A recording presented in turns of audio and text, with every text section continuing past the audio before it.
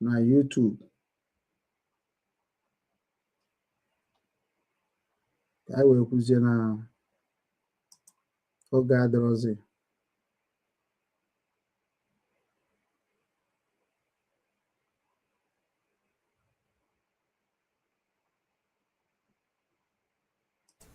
Ọma ugbu a Chukwu m na-akpọkwa ka m na-akpọ anwachi Igbo ga-adịkwanụ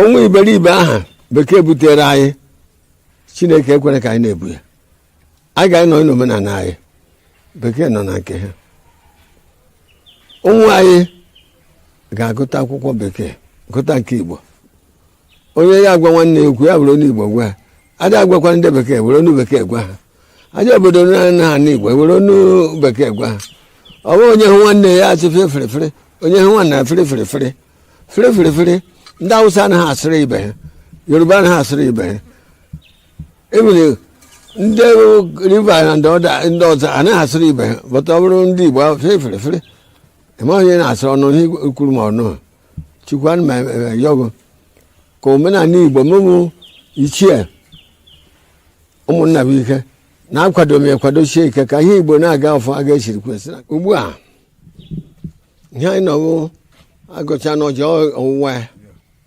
n'ime ọwụwa ya achọrọ m ka Igbo niile Igbo gburugburu bịa kwado ọmarịcha Igbo ka ọ na-aga n'ihu ndị n'ibe ha nọ ndị na-ana bekee ndị nọ na Igbo ndị n'ibe ọbụla ha nọ na Nigeria ka ha kwado omenala Igbo achọkwana ka obodo ọzọ ghara ewere ọmarịcha Igbo omenala anyị ka omenala anyị na-aga n'ihu anyị zadoro ụkwụ ụwa n'Igbo ihe anyị na-ekwe n'aha n'Igbo ọmarịcha Igbo bịa taa n'ọjị ma ndị nwụrụ anwụ ma ndị dị ndụ bịa taa n'ọjị ihe unu ga-akwado omenala Igbo mụ na onwe m kwadokwa nke omenala Igbo na ọmarịcha Igbo gaa n'ihu ugbu a ụwa m ọjị a Igbo mma mmadụ ugbu a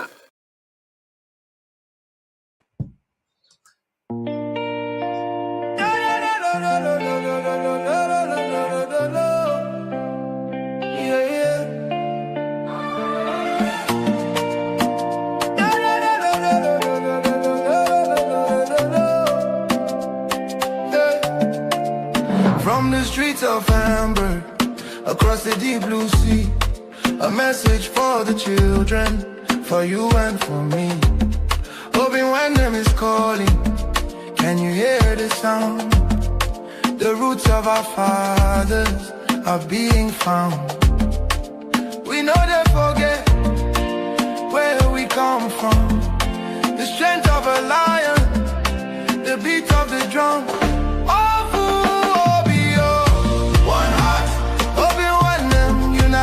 We achieve restoring the culture, that's what we believe. From the Ordinala to the Azusu we speak, lifting the fallen, helping the weak. Obi-Wan and worldwide, the movement is Igbo global. Raise your head high. Our menala will never, ever die. It's more than a page, it's a spiritual home. No matter how far in this world you roam, we're bringing back the wisdom, the tradition, the grace, putting the smile back on the Igbo face.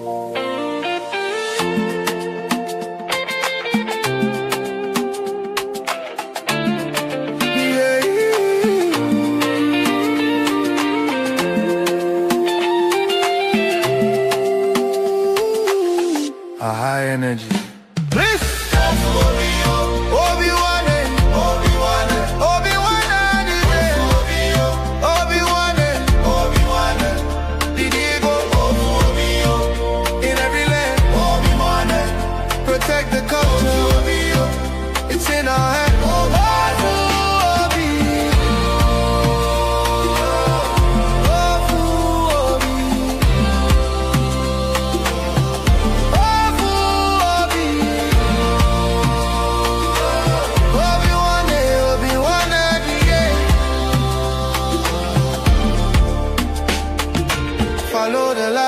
Follow the way, Obi-Wan Obi-Wan is leading the day. Keep the fire burning, keep the language strong. This is where we all belong. Again, it fades out with a final celebration.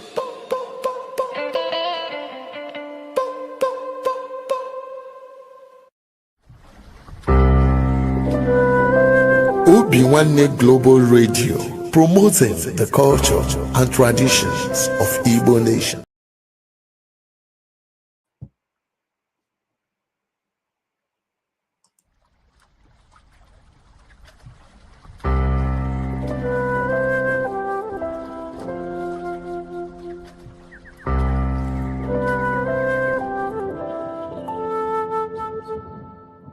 Obi-Wan Igbo Global Cultural Movement Foundation.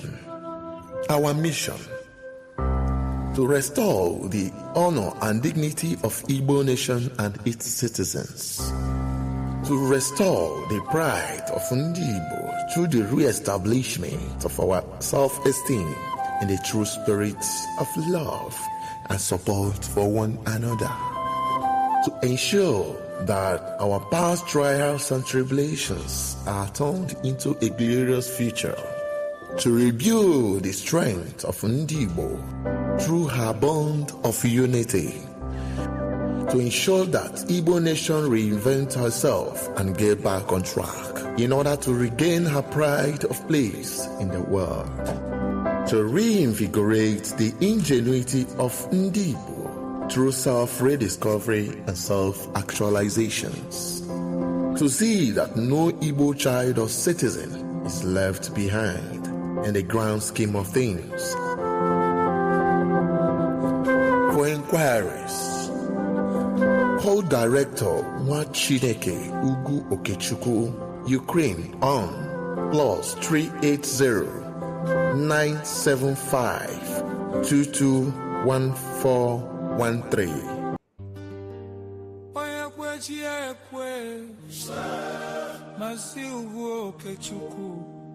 The vision is clear.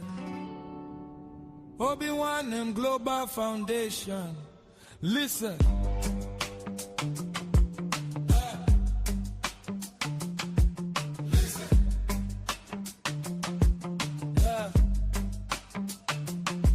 They say giddy giddy bugwe is a unity, is the strength of a king. And when we walk together, there is no weight we cannot bring.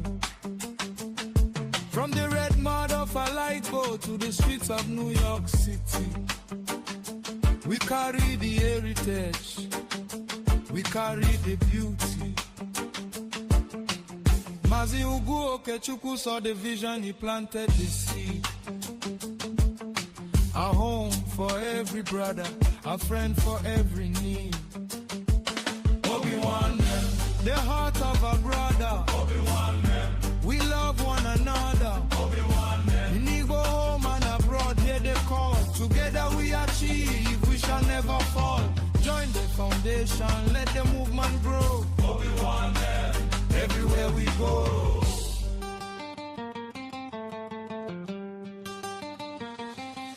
As one we must feed our own.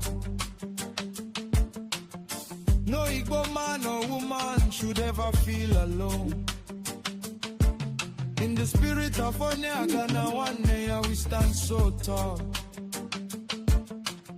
Lifting up the weak, making sure we don't crawl. Our language is our identity, our culture is our crown. With Obi-Wan name, we will never let it down. Hey, Otwakana yekunem kuwana kana cover the palm fruit. That is why we need you, from the branch to the root. Support the mission, embrace the vision. Mazoke Chukwu's heart is the engine of the mission. Together we achieve, say it loud. Together we achieve, make us proud. Yeah. Ibo Gadi, Ibo Shani.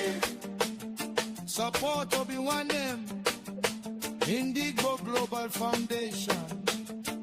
From the east to the west, north to the south. Maziugu Okechuku Ijele Gobam. Together we achieve. The heart of a brother. We love one another. Indigo home and abroad, here they call. Together we achieve, we shall never fall. Join the foundation, let the movement grow. Everywhere we go.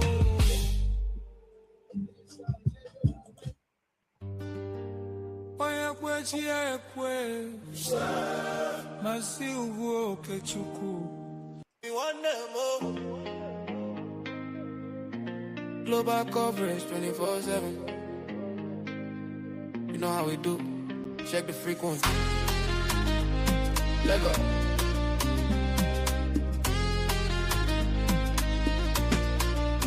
Let go. From the street of 19, the story start to grow. Obi-Wan MLLC, they said it in emotion. Make it flow. No matter where you did, for London or for Giddy. If the news they hot, we go give you bedu steady. Everything is newsworthy. Depend on who they talk, we link the whole wide world. Even as we they walk out, we walk. Obi-Wan the news, the value of the truth. Connecting every nation from the elder to the youth. Global coverage, we know they ever sleep. Top stories from reporters, they promise where we keep. Obi-Wan Mo, the value of the truth. Obi-Wan Mo, the world for your booth. Obi-Wan Mo, the value of the truth. Value of the truth. Check the website, the info boku, you know they try. From TikTok to the ground, we they fly for the sky. If you want the real, you don't need to look elsewhere. We link the globe together, showing love and showing care. 36K followers, the community they large. Obi-Wan News Network, you know say we they in charge. Whether na WhatsApp or you follow for Facebook, open your eyes, welcome and take a better look.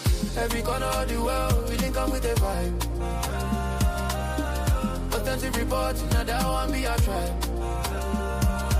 Obi-Wan News, the value of the truth. Connecting every nation from the elder to the youth. Global coverage, we know they ever sleep. Top stories from reporters, the promise where we keep. Obi-Wan.com, the world is watching. Everywhere you go, we go there. True value, no fake news. Oh. Obi-Wan News. Obi-Wan News.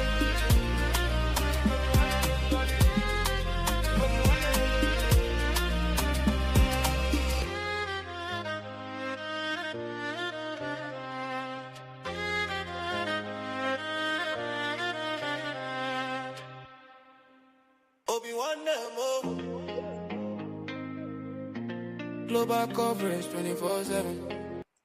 Obi-Wan Global Radio, ịkwalite njirimara na omenala ndị Igbo. Obi-Wan Global Radio, ijikọta ọdịmma ndị Igbo.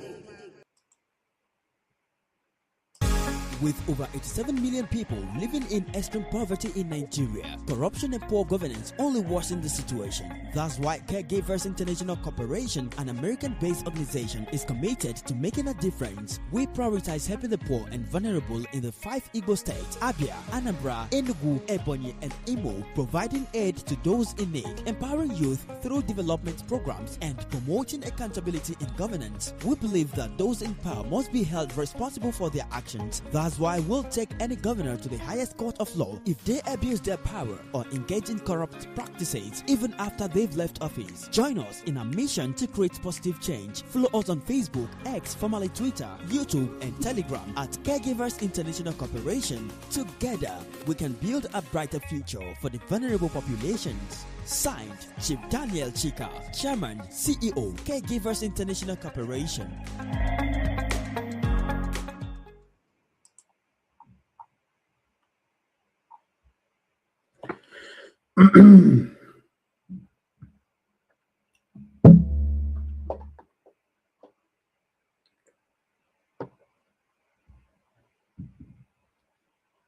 Igbo mụrụ nze m ọzọ, ekenekwa m onye ukwu, kenekwa onye nta, wee na-asị nke onye chiri ya zere. Ya mara anyị niile mma n'ụbọchị taata bụ ụbọchị Eke ọkụ n'ala Igbo, ma bụrụkwa ụbọchị anyị ji enye Chukwu okike abịa ma ekene maka na ha dobere anyị ndụ. ọha mere anyị nwa dị ndụ n'ụbọchị taa agbanyeghị na ife anyị na-eme na-ewute fa na mmụọ. Igbo dịzi ndụ na-esi mmụọ mmụọ. Onye ọbụla bụzi ọga, onye ọbụla bụzi lida, onye ọbụla bụzi directọ, onye ọbụla bụzi founder, onye ọbụla bụzi ejesi agwụ. Ọ dịkwa mma o, nwekwa esi na ọ dịrọ mma. Dịka unu si ege m ntị n'onu na Facebook na YouTube, unu amarụgonu m na the most enemy of ndị Igbo. I remain the enemy of ndị Igbo until they repent. Maka na mgbe Jesus Christ bịara n'ụwa, believe m na ọ na-ehokwa mmadụ anya n'iru ezi ozi ọma. Ma mama ya ma papa ya, mgbe papa ya na mama ya na-achọgharị ya, echetara m ya, ọ gwara ha sị ya, kedu uru na-achọkwa anụ m? Eziokwu eziokwu, n'ezie n'ezie na ọnụnwa bụ nne na nna m, ọnụnwa mere na ndị ndụ n'ụbọchị taa. Mana ama na-amara na bifo ma bata n'afọ unu ma ọ na-esi n'aka unu wee pụta na Chukwu emegokwa m ihe m ga-abụ. N'ọkwa na ozi nna m ziri m ka m na-eje n'ụwa, na m ejeriri nya bụ ozi, mụ na adị ndụ, mụ na nwụrụ anwụ, mụ na na-eso m, na na-eso m, so na-esozi na m na nna m nso. Ọdụ mama ha na papa ha surprise. Ọ bụrụ nke a gbara ọhụrụ kịta na ị ga-asị na o rupụrụ mama ya isi oge. Mana mgbe gboo, ihe ọ na nwata kwuru ka nne na nna na-ege ntị, maka na nwata na-ebu ozi ọma dị iche iche abịa ụwa. Onye mere m nwa na ụmụ na-akụziri ndị Igbo ife n'Obi Nwanne Igbo TV, ka ha wee soro na ndị ga-enyere onwe ha aka. Maka na ama m nsogbu ndị Igbo. O nwee ihe bụ na ịmarụ nsogbu ndị Igbo, nwee ihe bụ na ịma nsogbu ndị Igbo, nwee anyị magwọ m na-eme anyị o, amara m ebe ihe na-eme anyị si eme. Mba, mụ nwa bụ Okechukwu bụ nwa nkwụ na ha Nsụka, nwa Katapa, nwa Ikejọkwa, ama m nsogbu ndị Igbo. And if you give me 1 year, I settle it.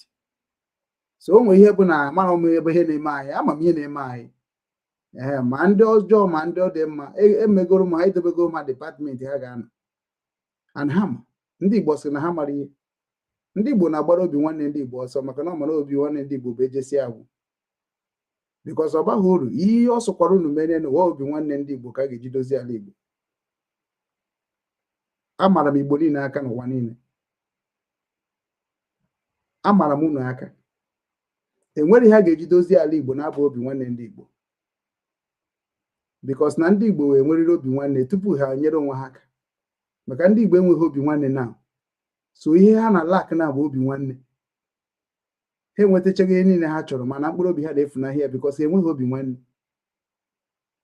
So ọ bụrụ na onye enweghị Obi Nwanne, maka ọ na-abịa na-ekwu Obi Nwanne, ọ dịka ọmụmụ aha m bụ Okechukwu ugwu. So na-afụgo m na ejego m na mmụọ gbaa afa ndị Igbo n'ụwa niile, eji m ndị Igbo niile gbaa afa wee na-afụ ihe ọjọọ dị ha n'ime. Ekwuru na anya ukwu na oke ọchịchọ ka ọ bụrụ na ọmụwa ga-abụ onye isi. Onye a bụ nsogbu ndị Igbo. Andukwe nna m so wee nye m ya bụ onyinye si na m jebe ije a. So ije m na-eje bụ ije ndị mmụọ. Amara m ọga, amara m nwa bọyị, amara m ọgaranya, amara m ogbenye. Unu ekwesịghị ime ya since 2013. I created Facebook 2010. So amara m mgbe ị bịara na Facebook anyị na-eme mkpọtụ too much. I created it 2010. Since then I am there. I'm still there. So onye Igbo ga-aka m wee mee ihe a na-akpọ na social media because mụ ama nkwadokwa n'ihe ọjọọ. Maka m kwadobe ihe ọjọọ na-eme 419 unu na-egwu. Aka m ezo na top officials. Mana ajụrụ na amaghị eri ihe ndị ọjọọ. Na otu a nsi jụọ ka m jụrụ na mmadụ na mmụọ, ya ka m ji nwee ike nchi gwa pope okwu, ngwa pope okwu without fear. Nchi gwa bishop okwu, ngwa bishop okwu without fear. Nchi gwa onye ọgaranya ọbụla ma ogbenye ma ihe niile ma ọga ma I will tell you word. I will tell you. Maka ọfọ ka m bụ na-akpagharị ọfọ Obi Nwanne. Because onye si na ya ka m wee mara ya bịa na m emepe Facebook, na-emepe YouTube, na-etinye nọmba ma anaghị m ezu ezu. I saw m na ndị na-asị PA or no PA. Or if you want to get me, you have to go through like this. All those things is a criminality. Nwanne gị nwoke chọrọ ịmara onye bụ ma ọ chọ ịfụ gị, ọ tacha ọ na-ata afụ. It's like when you want to meet Ebukobi or meet Chineke or Mbaka. You need know about John Mother now. They will not let you to understand who they are. Because if you understand who they are, then automatically they are gone. Mana mụ America mara onye mbụ onye ka ije enwe ike ịbịa na social media na-asị obi nwanne nka Okechukwu ugbu a. Because emere m ka ndị easy na emere m ka ndị easy to get. Nnamdi Kanu mere ka dị easy to get him. Ngwa no say it go na iweru ga ewe na-ekwu okwu without knowing him. Mana ajụ ihe ka na-eme. Ịmara onye Nnamdi Kanu be never work with Nnamdi Kanu. Even if you work with Nnamdi Kanu, you work with people that work with Nnamdi Kanu. Many of you people who defend Nnamdi Kanu today never work with Nnamdi Kanu direct. You can never know who is Nnamdi Kanu. You don't know if Nnamdi Kanu offended his mother, his father, his children, his father, his mother, his wife, his colleague. You don't know. But you just try to change words so that people will say, Igbo-American. No, bad job, mother. Before you defend me, try to know me. Before you defend me, try to know me. Omenala Igbo n'ọdịnala Igbo ada kwado onye na-akwado onye ọjọọ. Omenala Igbo n'ọdịnala Igbo ada kwado onye na-akwado onye ọmahọ. Omenala Igbo n'ọdịnala Igbo anaghị ekwu ihe ha amahọ. So onye mere a lot of all of you unu fail go. Ana onye mere ọ bụrụ na unu egoro obi nwanne ntị n'onu. Ihe na-abịa n'iru anyị niile ga-agba ya. Ọ ga-abụ egwu anyị niile ga-agba ọ bụrụ ọsọ m ga na-agba ya na o doro m anya that na anyị ga-agbalịrị egwu ndị soro gede. So mana ihe nji wee sị ka m na-ekwu ekwu go oye nweriri ọ bụrụ na 100 mmadụ maybe 20 or 30 nwere ike listen to me. Ndị a bụrụ ndị ga-enwere onwe ha. Maka na nna gwa unu that na amara m ụzọ a ga-eji wee kọtụọ that place na-achịgbu anyị mebisi ala Igbo.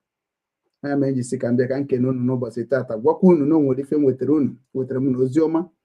That oziọma wetara unu n'ụbọchị tata chiejigo ebe m nọ and mụnwa na omelidere ikwu too much. Onye ọbụla na-anaghị anụ ihe na-ekwu ikwuo na ide anụ ihe na-ekwu ka m wee mara ka m esi rezie my voice or rezie my mixer. Maka ndị nke Facebook na ndị YouTube mixer ka m ga-erezi mana ana m afọ na flow very well. So unu ga-anara ya like that na nkịta abụzi oge eji eti mgbu ọtago because na ogologo okwu adịrọzi n'ụka mgbede. Otu amụọ bụ Okechukwu ugwu na ọkịta na arụgo m ọrụ ndị Igbo ga-eji wee ma na mụnwa na ụmụ bụ onye eziokwu ka m bụ. So unu chọzikwa unu na-egbu onwe na-akọtọsi onwe is up to your business. I keep connecting the people that is onwegoro ka m si nwee echi they can say gaa nke ọma because I believe on RIP. Because onye sị m RIP m ga-egbu ezinụlọ ya niile. I don't need RIP because I will never rest until the kingdom come because God never rests. So onye ọbụla na-asị RIP bụ ndị ajọ mmadụ. On that Jomad, ma under water the Hanako. What I go because this is the demolished Satan name. Ndocha with Rika, we need Nigin and do quite on Christianity part of the way naming the Baro today. Somebody will say RIP, ma what I create RIP, more can you RIP, more Yeru, RIP, more Brunike, RIP, Monday Jari, more RIP. What is mean of RIP? Otu aka nna gị sị ndị nwụrụ n'ike. Ide anụ egwu a na-agụ ọ nwụrụ n'ike n'ike anyị ga-akwa ya n'ike n'ike ọ nwụrụ n'ike n'ike anyị ga-akwa ya n'ike n'ike ọ nwụrụ n'ike n'ike anyị ga-akwa ya n'ike n'ike ọ nwụrụ n'ike n'ike ide anụ egwu a ehuge o metere buru ide anụ ya. So unu ewerego Christianity destroy your father lineage and unu ga-ata ezigbo afọ mmụọ. Unu ga-ata ezigbo afụfụ unu ga-atakwa. Nke a bụkwa obele o. Nke a bụ obere Peter Obi amadụ sef nke ọ na-eme mgbe ọ ga-eji mata nke ọ na-eme nwere ike ọnwụgo ọ ma ihe na-abịara ya. So unu adịla ekwu ihe unu amahụ na social media. Ọ ka mma na unu sobere obi nwanne ndị Igbo maka na nna anyị si na unu nwere opportunity ọzọ. Unu nwere another second chance. That second chance unu nwere kịta bụ unu ga-erepent. Unu ezuzu n'ori. Unu emezina 419 si na Malaysia ahụ na be nna unu si na Indonesia na unu egbuzina wayo unu emezina 419. That in na-eme ndị nna nna unu affect. Ma ị laikere ya ị ga-echekwa ị ga-agbakwa mgbe ị ga-ejigwa aka wee sị na onye a na-ekwubie before because na ndị ọcha ma niile egwu ha wayo and ndị ọcha will never forgive all of you. O nwere ihe megide ka ha forgive ha ga-atagide anyị niile afọ tagide anyị niile afọ. O nwere ihe megide and ọ bụrụ na ha kwụsị iwere ihe dị na be anyị automatically befa ga-adị affected. So ha ga-agba gị nkịtị ka ị na-egwu wayo na-eme 419 drug dealing na-eme yahoo na-egbuwasị akaụntụ ndị mmadụ na-ebukọrọ ego ndị mmadụ tata n'afọ. ha ga-arapụ gị na-eme na then they control the system. Ha ga na-afụ gị ha na-afụ gị ọ bụrụ na ndị Hausa merie ha jee n'obodo Hausa were nke ha izu ohi ya dịka ebe $1 million ha bịazie gị $200 million. That's how they do. Format fa ka ọ bụ chụkwa jee baa political courtesan ka ịfụ ihe a na-agwa gị ife because many of you people amaghị ya na-akpọ political courtesan. Ịma na iche na ibide ndụ ịdịrị ọsụkwa ndụ ego elego onye ọbụla mmadụ ka ị na-agbara mbọ now. You are serving public. So many of you people nọ n'ala Igbo agbagharịzina ihe ga-egbu gị bụ ihe ahụ iji aka ga-emetere onwe gị now. Onye ka eji wee sị onye ọbụla ka anyị mee Monday sit at home. Onye ọbụla so kwụsị Monday sit at home will die helplessly. Amagwunye ihe a bụ ihe kwuo ntete nkwugorie onye ọbụla bụ onye so na condemn Monday sit at home n'ala Igbo. O nwere ka onye a survive on this life. Onye a ga-face internal spiritual war, internal spiritual fight. Onye ga-abatara ndị ya. Because unu che na Monday sit at home bụ ihe gbasara Nnamdi Kanu, ihe gbasara Biafra. No. All the beyond. Nnamdi Kanu nwere power on Monday sit at home. Simon Ekpe nwere power on Monday sit at home. Onweghị onye nwere power on Monday sit at home. Also Monday ala. Maka na ọ ebe a ka o ji wee gwakwu ndat na enwekwara m ụmụ m ka dị nsọ na ọ bụrụkwasị unu dị nsọ ọ bụrụkwasị unu nwa ka m mụrụ. A lot of people na-anwụ n'ala Igbo now nwere ndị amarụ ihe ha ji anwụrụ. So ndị a ka ihe ga-eji wee ma ndị a ikpe. Monday sit at home must never die. More you people neglect that Monday sit at home is more you people will be suffering like never.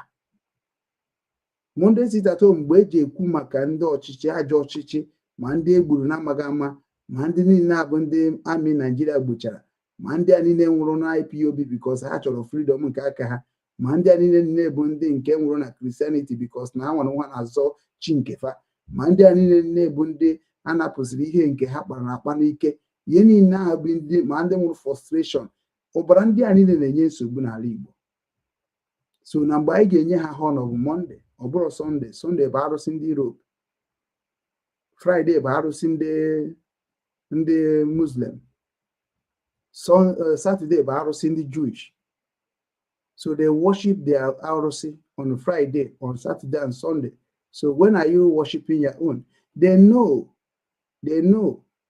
there is people ego bigoro na be nna gị ka ha na worship their masters. Ekwere ha nkwa na family gị ụmụ gị niile can never be beg. Ọ nkwa ekwere ha na wee amara onwere gọvanọ ga-achịcha n'ala Igbo ga-adị ịfụ ka Obianọ ọchịcha rigoro America jere onwe relasi anụ n'ogo.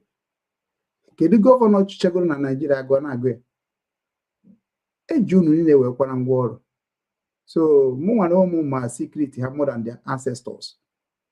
So anyị nwere nwaanyị adịghị eme ka anyị koo ọka because anyị meghara ka anyị koo okuke ha anyị ga-ekonye anyị ebe ha ga-ejide anyị sik ka esi jide Simon jide Nnamdi Kanu.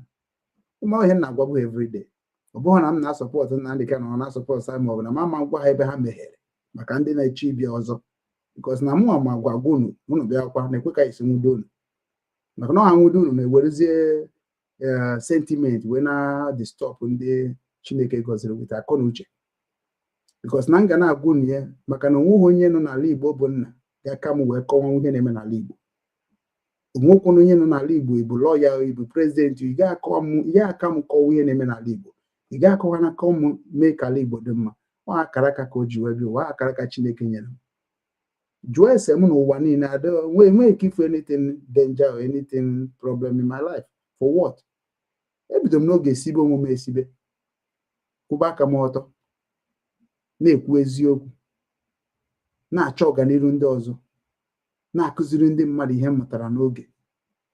Kedu onye na-eme nwunye were nke m na-achụ àjà ọ dịka m amara ihe na-ene n'onu na-akọsọ ọnụ na social media.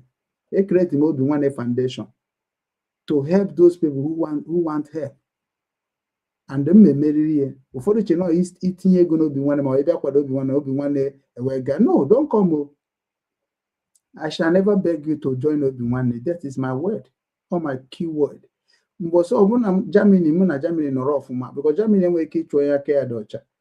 Ọbụna mụ na ha nọrọ ọfụma megide niile ọ ebe a ka m dream na m ga-abịa because ebe a bụ ịrụọ irie so ọbụna m dream m ga-anata ndị ego ndị ebidogo na-ayọ mbịa wee 20,000 euro ọ dị na my bet ha na-ayọ mbịa bịakwa ma bankị na bankị na-azụ mbịa wee 20,000 euro wee imekwu ya na-agwa mbịa were eme ndị a were furnish maybe change my furniture change your house living ya wee 20,000 euro because ha ego je afọrish ụlọ na nchi ime business to them now dịka ndị Arab na-eji anaghị ego eme business ọ nọ $1 million euro 100 and something thousand euro ebe a ka ọ na-aga na why na ụmụnne ga mara this kind thing because many of them bịara n'ụzọ ọjọọ ntụ ka ha bịa na-ebu ha so ụzọ ọjọọ wee bịa na-eme ife ọjọọ so they can never know this secret of this what I'm saying. They can never close to government. Ha ga na-agba ọsọ because ha ji ife ka ha ji wee bata obodo.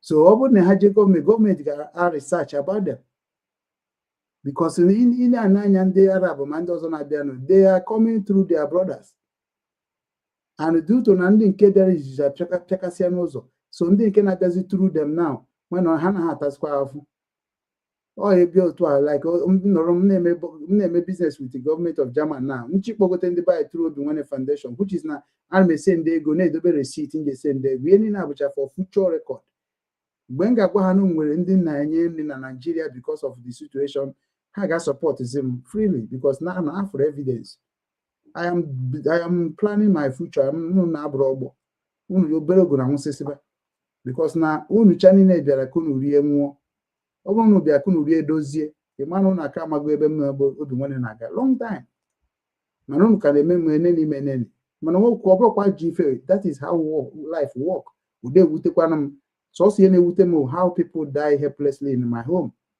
abụ m onye Igbo bụrụkwa onye na-agba mbọ ka obodo dị mma so ihe ọbụla na-eme n'ala Igbo na-emetụta m everyday onye bịa na WhatsApp Obi Nwanne na-ayọ ego ịnabata mmadụ si n'azụ na-ayọ ego ịmana ya bụ ajọ ihe ụtụrụ gara agbagbu udo ihe a na maka ụtụrụ na-agbagbu ndị ajọ mmadụ na mmụọ ị na-eme eche n'ịma ihe ị na-atakwu afụ mmụọ ya ka m ji akụziri unu ihe bụ ezigbo mmadụ.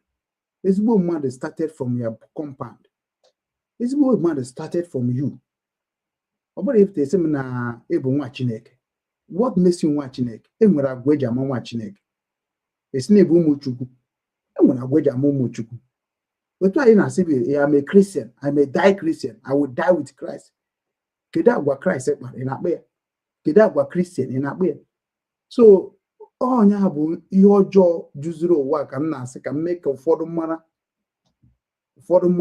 ama m ihe mere ndị Igbo ji ata afụ ana afụfụ ha ma nkwụsị nke taa ka nke echi ebe ha ga-emecha mee Nnamdi Kanu ihe mere Nnamdi Kanu ha dị egwu nwekwa ya ha ga-egbu. Then let us go to our today program. Our today program bụ topic anyị ga-abụ enwere ndị nọ na America and ndị nọ na UK. Onye nke UK said I borrowed 70 let me go and read it well. Let me go and read it well.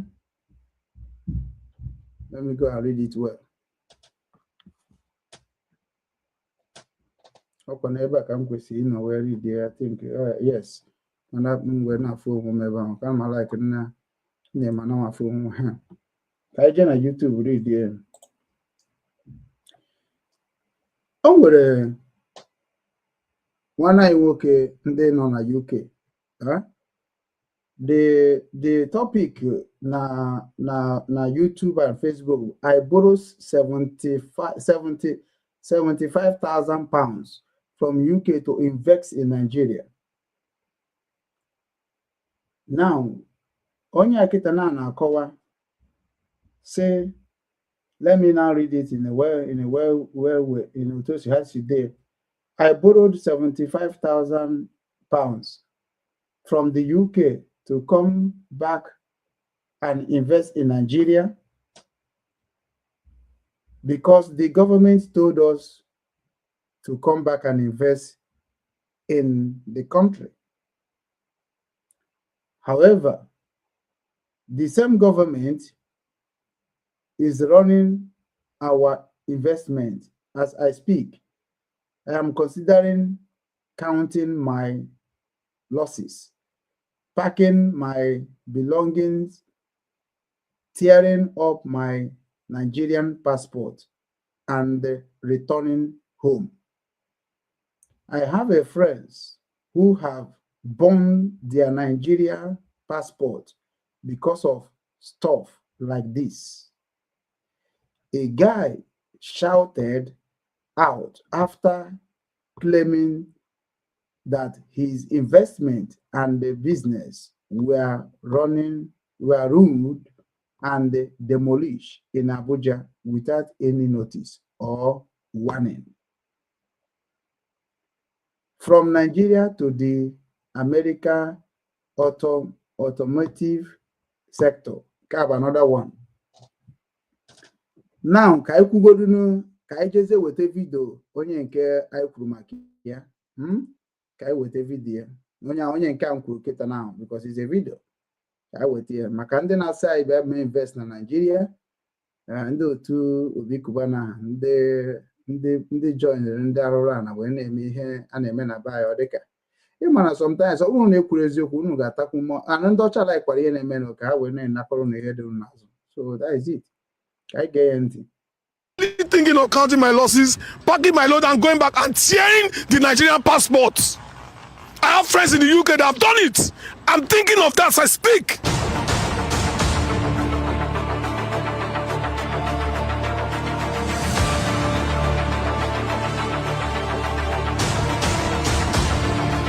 I heard rumors about a week ago that they were coming to claim this land from nowhere. Nobody gave me any notification. Nobody came to me with any form of notice. I decided by myself on Sunday to shut the place down and start evacuating my equipment by myself. On Monday, I evacuated some things. Tuesday morning, I had welders here, I had carpenters here, I had masons, I had people dismantling things. Around 12:01, around 12:01 in the afternoon, bulldozers just came. They saw people on the roof, taking out wood, welders working. They told them to come down and bulldoze the whole place to the ground. Nobody gave me notice.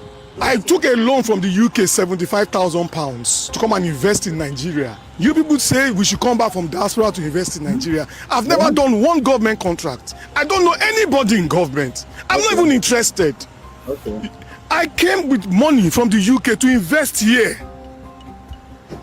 So I have to deal with that loan now. 84 staff. 84! That's what I was feeding here. I built this place a year, 3 months ago exactly. That's when I built this place. It's painful. I stood there and I watched it go. Nobody cares. And you're telling me now to convince anybody to come from diaspora to invest in this country? No, look at 84 people. What are they going to do? I have a choice. I will go back, count my losses, and find a way of sorting out the loan I took. Okay. Look at 84 families just from stopover. There's a place next to me called Barbados. There's Amalashita. There's RM's Dream. There was Hunters. There was Aris. These are all people that are employed. In this place alone, I'm not exaggerating, at least 300 people have been rendered jobless. And you people say they say they're creating jobs? Is this how you create jobs? I've been working with this organization because this place has helped us, so many of us, a lot.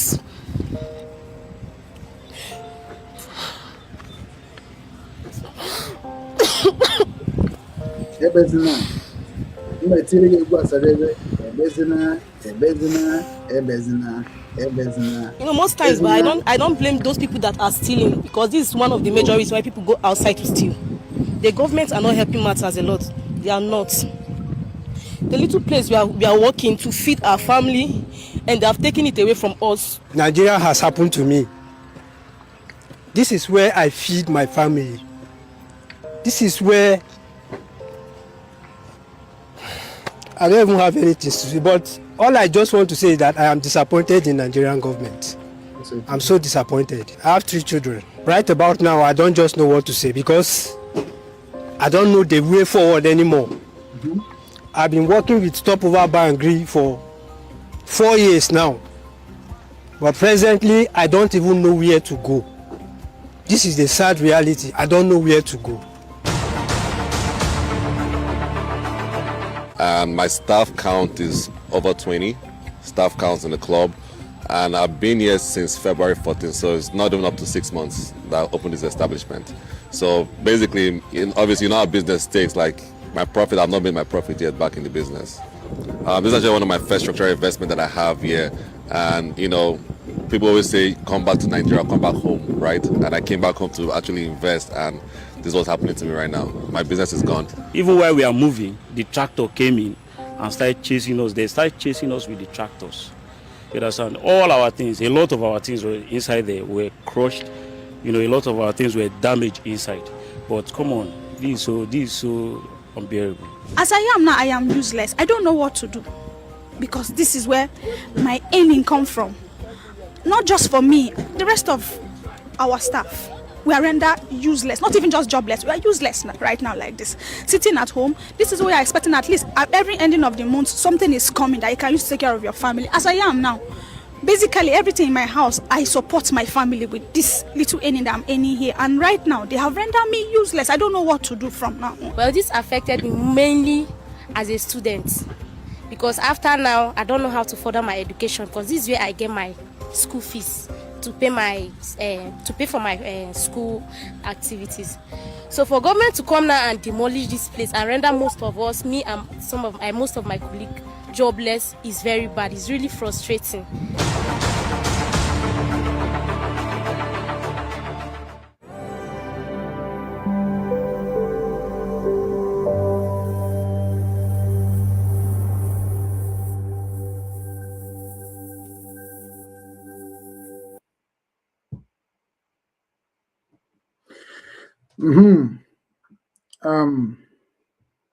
Ọ dịgo ka ọ ga-adị nke a bụ nke mbụ a ma chọ ka m please kwa ndị nọ na TikTok so that ha ga-adịkwu carried so that unu ga-amara ihe na-eme na be anyị na ihe kpatara o ji eme antigodo onye nke ekwuchie m chọrọ ikwu ọ ka ha wee na-egbu anyị. Okay. Yes. Unu anụgo ihe ndị nke a kwuru. Sometimes otu unu nụrụ eketa na ihe unu ga-asị ọta ka anyị fụwara ụdị ya o metụbeghị gị na Nigeria never happened to you. Nnamdi Kanu sịrị serve Nigeria and come back in shame. Do you know why he says so? Because he knows that law, justice can never come out from any Nigeria system. Nigeria, the corrupt in all the embassies of Nigeria worldwide. Nigeria, the corrupt in all the local government, all the state leadership, administrators. Nigeria, the corrupt in all the market of the whole country. Nigeria, the corrupt in all the institutions, even accusing Kuzi. Nigeria, the corrupt in security sector. Nigeria, the corrupt in youth, not barring obodo, ndi agboro, ndi street. Nigeria, the corrupt in even religion sector. So, when Nnamdi Kanu chekichara ihe ndị a niile, o wee chọpụtasị mba na ihe abụrụkwa obodo ya maga na o wee sị ka ya tara ya ma na ọ ga-adị mma ma ọ adị mma. Ọnya mere na ndị na-agba Nnamdi Kanu mgba bụ ndị na-amaghị ihe, ndị na-enwe aka n'uche. Ihe kwesịrị ịdị na-ekwu kịta na kedu ka ga-esi wee correct mistake Nnamdi Kanu mere. Ya bụ ihe ọbụla kwesịrị onye mma ife kwesịrị na-ekwu si kedu ebe o metere ka anyị mara ka anyị esi mete na kịta ka anyị ghọtara ihe niile na-ekwu bụ eziokwu. Ọkwa unu na-ekwu unu ewerego ewe mee content na unu ewego Nnamdi Kanu meche content onye ndu anyị ọ bụ prọfet ọ bụ Yeshua Mashiach ọ bụ nke ọzọ na-akụghịrisi everywhere. Ihe niile abụ just ka ndị mmadụ wee sị na ibe ezigbo mmadụ, mana ezigbo mmadụ gaghị na-afọm sense ka ebe ọ nọ na people will be listening to you, clapping for you. But ihe niile anyị na-ekwu ka na hear anything because they know that in a form, you are forming. You just want to use the kind to shine. Ha mo na-ekwu rare. Onye dịka mana ha egege ntị isi na m da against Nnamdi Kanu is your pocket business. It's not my business. It's not against Simon, it's your business. Not against governor, it's your business. Because of what? I am telling you people that na ha nwa agaghị eme m ka hapụ ime ihe ga-eme. Ama m ihe ga-eme ala Igbo ka ọ dị ma without Nnamdi Kanu. Dị ma akọ ya n'akụkọ ka ọ bụ na ọ bụ mma ịma aka. Same thing to Simon, same thing to governors. You people need to listen to me. If you don't want to listen to me, forget about it now. Stay, but don't cry. Don't cry because the cry can never stop. Ihe Ojukwu try chara onwetere ya. Wazirike try ya, ji nwanyị na kporo onwe, si na ndị na-agbara mbọ ya deserve onye nwe. Ima mmadụ onye na-agwa mmụọ hapụ m ya obi nwana na the spirit and the heart mbu na ọbụghọ for Nigerians, ọbụrụ for ndị Igbo. Ama many people na-akpọ ndị ghọtara ihe na-eme. So m na Biafra na-support na ndị na-support abụrụkwa n'ihe na-agba mbọ ya ka ha na-agba mbọ ya. And mgbe m ghọtara ya ọ dịgoro m too late. Mbịakwa n'obi nwanne ndị mmadụ na-asụkwa m na ọ bụrụkwa ihe a na-ekwu ka ndị nọ n'obi nwanne na-ege ntị. Nye onye ọma na-ege ntị gị nke o erite n'ime obi nwanne a. Mana gị nwa na-ekwu ka a ga-esi bịakọta ọnụ fụ onwe anyị ka one, because without seeing ourselves as one, how can we make it? Onye ọbụla ga-abụ na-agụ ibe ya. Onye rie onye gburu esi obi ya ọkụ. That life is life of Nigerians. Because na Nnamdi Kanu mere ka onye ọbụla mata that na ọ bụ na anyị niile bịakọta ọnụ believe in one thing, n'oge nyere anyị aka survive to ogologo ndụ. Na ihe anyị na-ekwukwa n'okwu ya bụ ogologo ndụ. Maka na ụfọdụ kacha na ego ka a na-akpa, ada akpasikwa ego n'ụwa. Ndị ọcha ji ego wee wọrịsị unu. Ihe a na-akpasị kịta bụ ogologo ndụ. Iwu ọchịfụ na ndị politician na ihe ha ji eji sekuriti protect ka hapụ ịnwụ n'oge ha erughị eru. Ghọtago? And ndị gọọmenti gbuchagodo niile nwụọ, ha ga-ejekwa n'igwe. Onwe ya dịka Chukwu ga judge anybody. Ihe a bụ nke a na ha agwa unu. Na ọ bụkwa ka isi wee nwụọ ka esi wee tara ụgha afọ nke ụwa. Na ndị a niile na-achịkwa m kịta na ndị ọchịchị a niile na-egbucha mmadụ atụ bọmbụ n'ika ha wee lọvụ eluigwe. N'ika ha wee lọvụ Chukwu. Ọ da fọmatị a ka na-eyuzu n'isi ndị Christians. A na-eyuzu fọmatị a nwere obodo believe onye mere mụ anaghị ejezi ụka.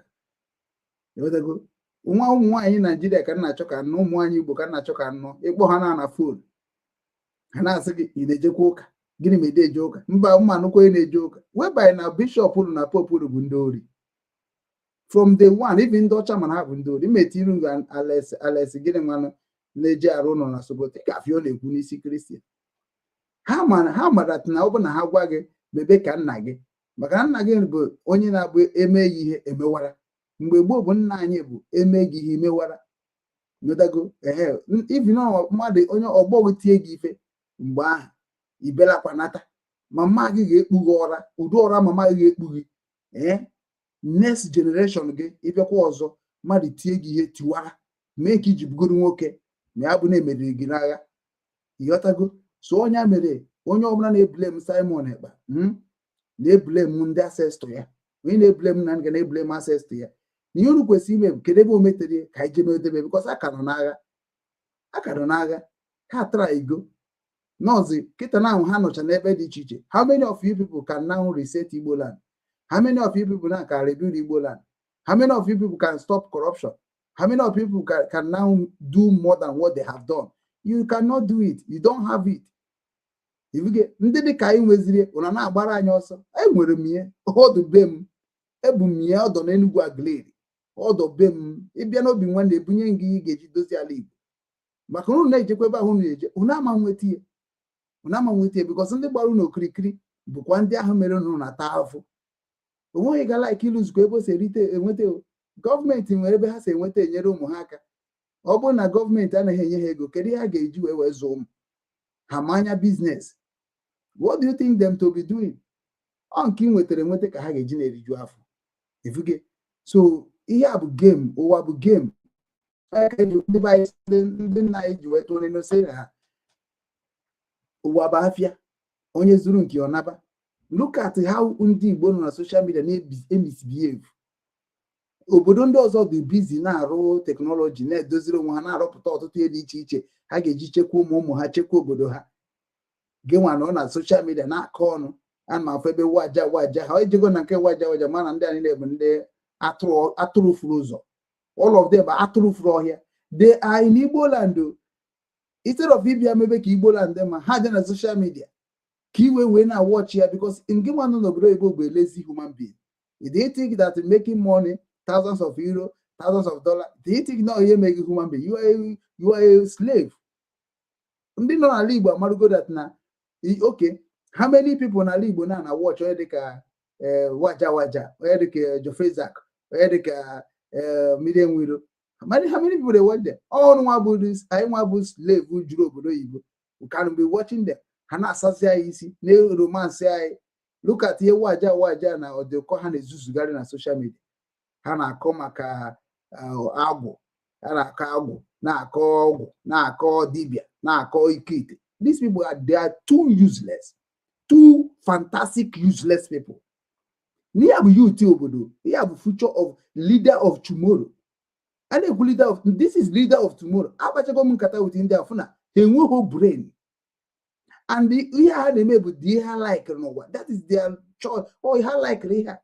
Udundia even obodo Igbo ha wana to Africa na West Bean. Because ha ga ewepụta nwuru ga ga-eji dozi obodo na ọ bụ cotton nke doziri edozi. Kedu ihe gbasara waja na ọdịụkọ, na ihe gbasara agwụ, na ihe gbasara oke ite. Kedu ihe gbasara fa herube level ahụ ma ha na-akị ya. Ha kọbakwa ya ka ha ga-akọta ya ka ọ dị. Onye agwụ mụrụ na gwa gị na agwụ mara ya. Kedu ka esi ma na agwụ mara gị? Kedu ka esi ma niile oke ite? Ihe ndị a niile ka Chukwu si kee mmadụ. Ihe anyị na-ekwu okwu ya bụ kedu ka Chukwu si kee gị? Gwagodo anyị agwazina anya onye ọzọ. Otu a Chukwu kere m wee sị m na obi nwanne ka m ga-eji na-enyere ndị mmadụ aka. Na-enyekwa aka ahụ. Dị n'aka ha na-enye si na ọ bụrụ one ka m ga-enye. Na before m enye aka nyere mmadụ ndị dị na my mindset aka, mana m ga-ezu ori. Ogbuo mmadụ napụ ha nke ha wee nye ndị like. Which ọ bụrụgo against the will of Chukwu abịa ma against the will of nature. Then nsizi oke ka anyị bịakọta ọnụ, ka anyị tikọ onwe anyị ọnụ, ka anyị move in one umbrella. Then onye ọbụla achọba ka ha bụrụ ọga. Une bidogo this movement before us. Ụwazirike ebidoro yes, ya na ndị ka na-enwe clash, yes. Mana kịta anyị na-ekwuzi ka ha dozie, ka udo wee chere ndị na-abịa abịa.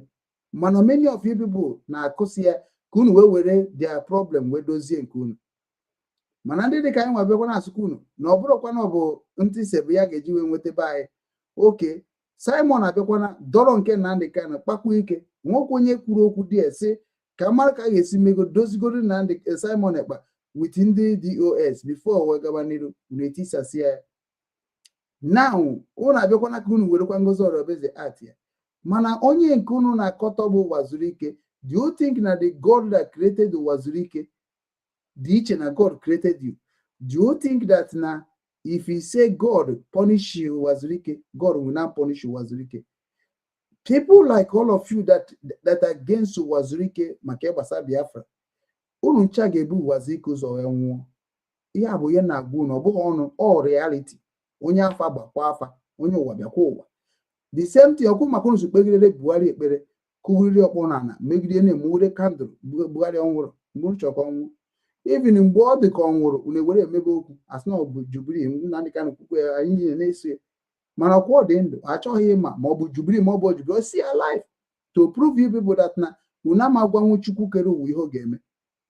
Unu ama gwanwu nature ihe ọ ga-eme, because all of you are not willing, unu are not holy, unu are not sincere to control nature. Because njunu mere na nwata ga na-achụ n'ọsọ n'oke. Before nweta onye na-akọ ọnụ na control nature, ịma na ọnụ ahụ eribeghị ihe rụrụ arụ. Ifre? So onye mere na many of ndị be anyị bụ ndị rụrụ arụ, ha na-achọ ka ihe niile dị n'ụwa rụọ. That is why ndị dị ka anyị nwa na-arụbeghị arụ na-agwakwa unu bịa ka anyị rụgharị ihe niile a before ndị na-arụ arụ a na-arụgbusi anyị niile.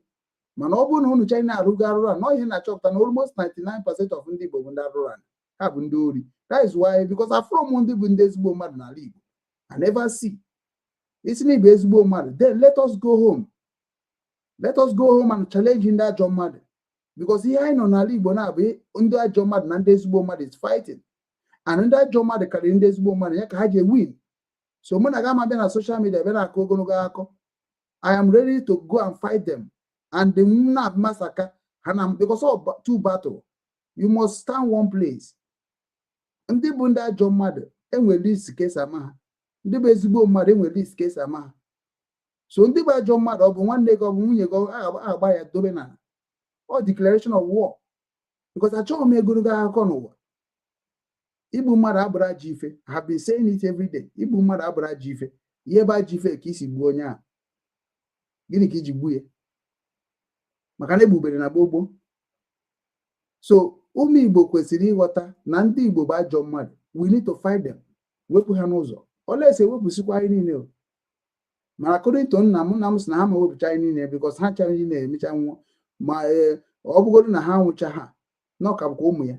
So it is up to you people to choose. Papa m ga-asị gị na nwa na-eti gị ihe mgbe ọbụla ịnọkọtakwa nje kwado onwe gị ọfụma tiwa ya na. So Papa bụ ihe mụrụ ndị ajọ mmadụ. Papa bụ ihe mụrụ ezigbo mmadụ. So you can never come and complain to Papa without trying to do something. So ndị Igbo che that na ha ga-emegide ihe ọjọọ wee nwụọ. Nyaka na agwa ụmụ Igbo si no depend. Almost ụmụ Igbo nọ na abroad. Ihe nọ n'ala Igbo na-abụ ndị Igbo. Half of ndị nọ na abroad kịta bụ ndị Igbo. So na they win. Na they win. Na they have a church. Na they have a government. Now they have a business. Now they have everything. Little one and I do have agriculture. Hakuchia, we boy fulani. If we go to so they have already destroyed everybody. And they can now. Yeah, in a basic because I hate to become living in this kind of world. I can make Jack and boom, but Nange Kudo Kuge Megide, can the man I'm ready to die before I start saying what I'm saying. Because I'm only talking Mundibo where we're from Andibo Mundori. Very, very bad criminal people. It's not Ibudoni, Bianca, can wag them to wag comes away to wag comes away build, wag them no. Then I cook again this show. If not 99% of Ndibo name criminal. Mandino no cow, Mandino Imahio. So which God is going to come and help you? Which God? Don't pray for God. God does not help those weak ones. Don't even try to pray. Now they can have come. Tell you all of you truth of everything that is going against the poor. Everything that going the way the high class people use poor to shine. So the poor misery on social media. Now it's not defending Nandi Kano because Nandi Kano will their God. And without Nandi Kano, their life is gone. And their life will be gone. Because Nandi Kano man with them again. Because no, you not got to hear the case na kowa. One got the case na kowa na watana. You know kwesi you will make Nandi Kano proud of. Ozia hozi charunu. Ozia he no. Yeah, he well of here. How can you accomplish it by yourself? Get all the end. Kona anuni na accomplish it. Because na akaji Nandi Kano ba akaji. So they know what you are. They know what you want. If you're on social media, we're Nandi Kano na akako kono ga application. In a corruption, where God can never help Nandi Kano. No God. You can help Nandi Kano, but I know now. Bobambo, they got on. We negotiate with Indojo. Season dojo okay. When you're not in Nandi Kano, your junu men who are about go. Because Nandi Kano is na hammer bar and that made your job. I got to have no give bars. I am not to govern soldier. So do you think the governor Amari here Nandi Kano plan? Do you know why the governor is trying to try ESN happy stand? Because Nandi Kano try GSN will fight the governors. In the Liberation Army, do you think the governor Amari here Simon Ebaji Liberation Army? You people on social media just they deceive one. ndị nọ n'ala Igbo si na na-atụ azụ hapụta gị nwa sị na ịma ama bịa ka anyị mee challenge. Nnamdi Kanu setịrị ESN, ọ bụ na ESN ga-etinye more power, ha conquer everywhere now. That's how it be. Although Boko Haram cannot, that is the same mission of ESN. They may be telling you rubbish, no, bush. You have common sense. The same thing to Liberation Army, Simon Mepe. Obuna ha conqueror by Governor Gascombe. No be Simon Osigezi mechi.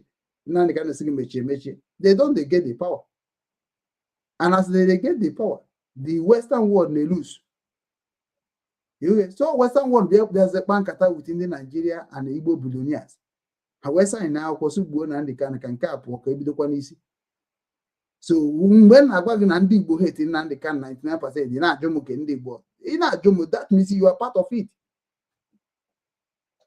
Because we're going to be in Nandi can carry here governor maybe.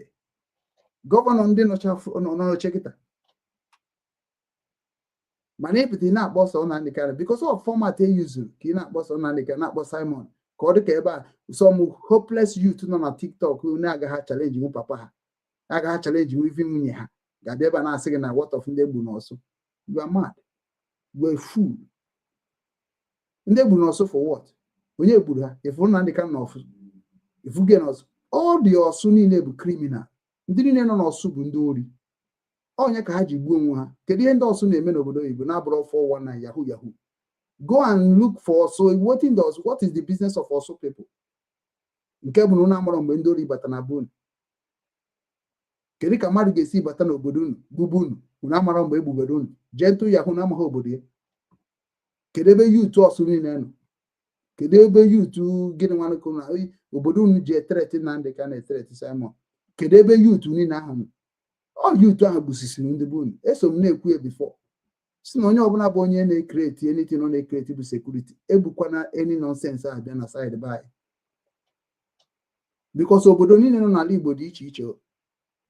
Obodo niile mgbe Chinasa nwere agwa m ya si ezuzu na ya je Enugu steeti ha mechajeje ka ha were ndị Fulani wee atịa nne ya nsi unu chọrọ ebusisi but na mmadụ webudat na una manụta aka na because obodo ọbụla ajị ihe na-eme ajị ihe ga-abịara ndị ahụ.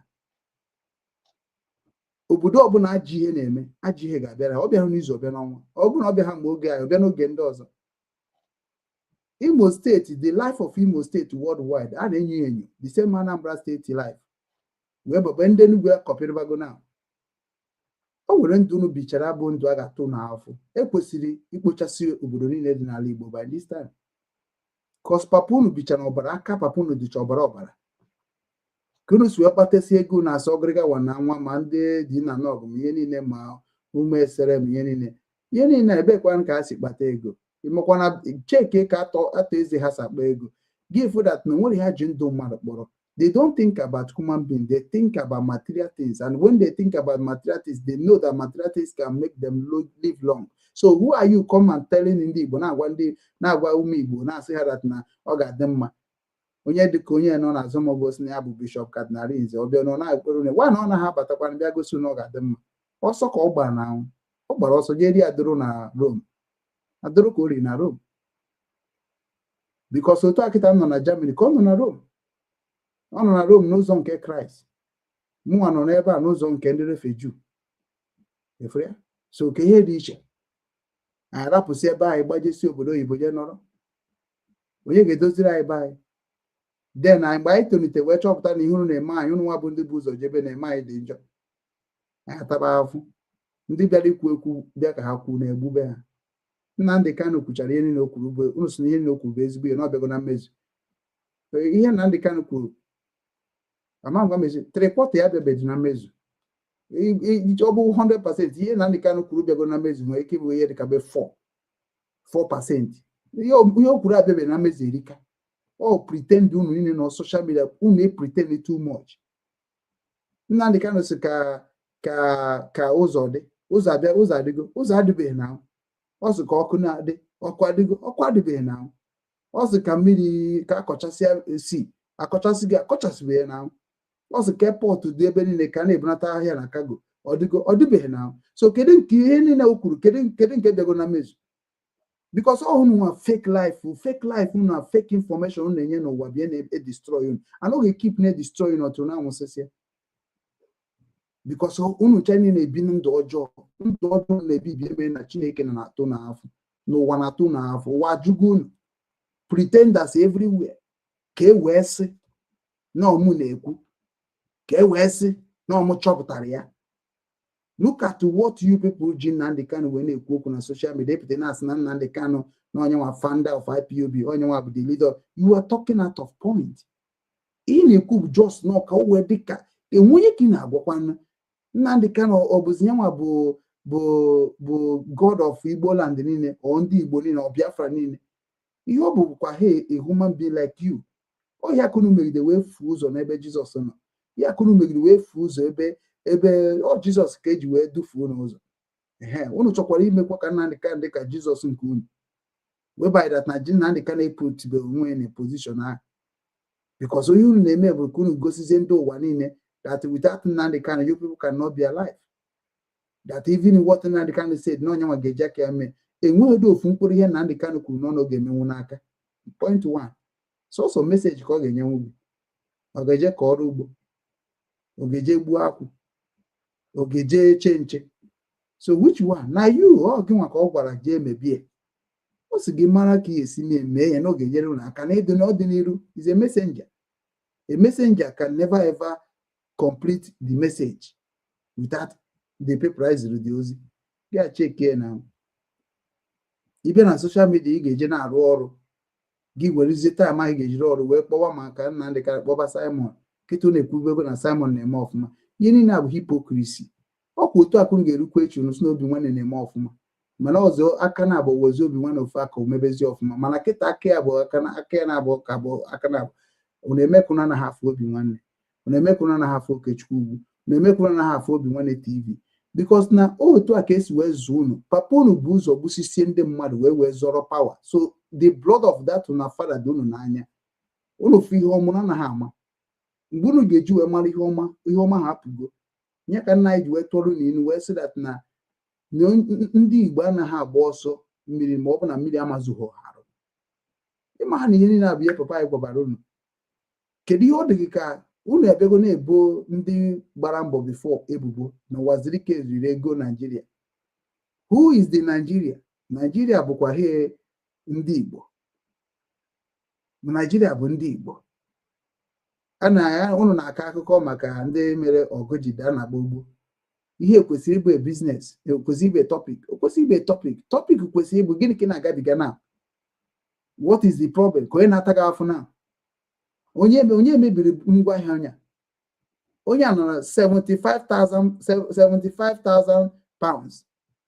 Corner from UK, where they have made invest na Nigeria.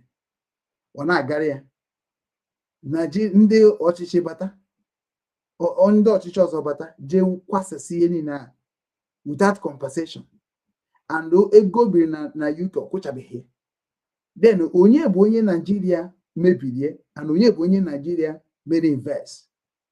So onana ha ajụ ajụjụ kwesịrị onye na-eme bụ worshiping people, and God said don't worship any other person except me.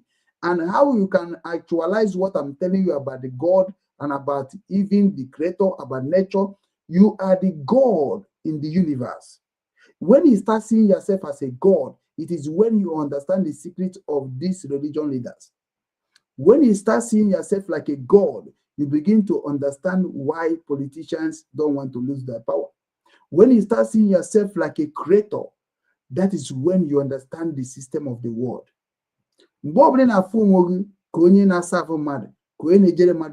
Imani gabu slave we problem because mu brought slave to anybody.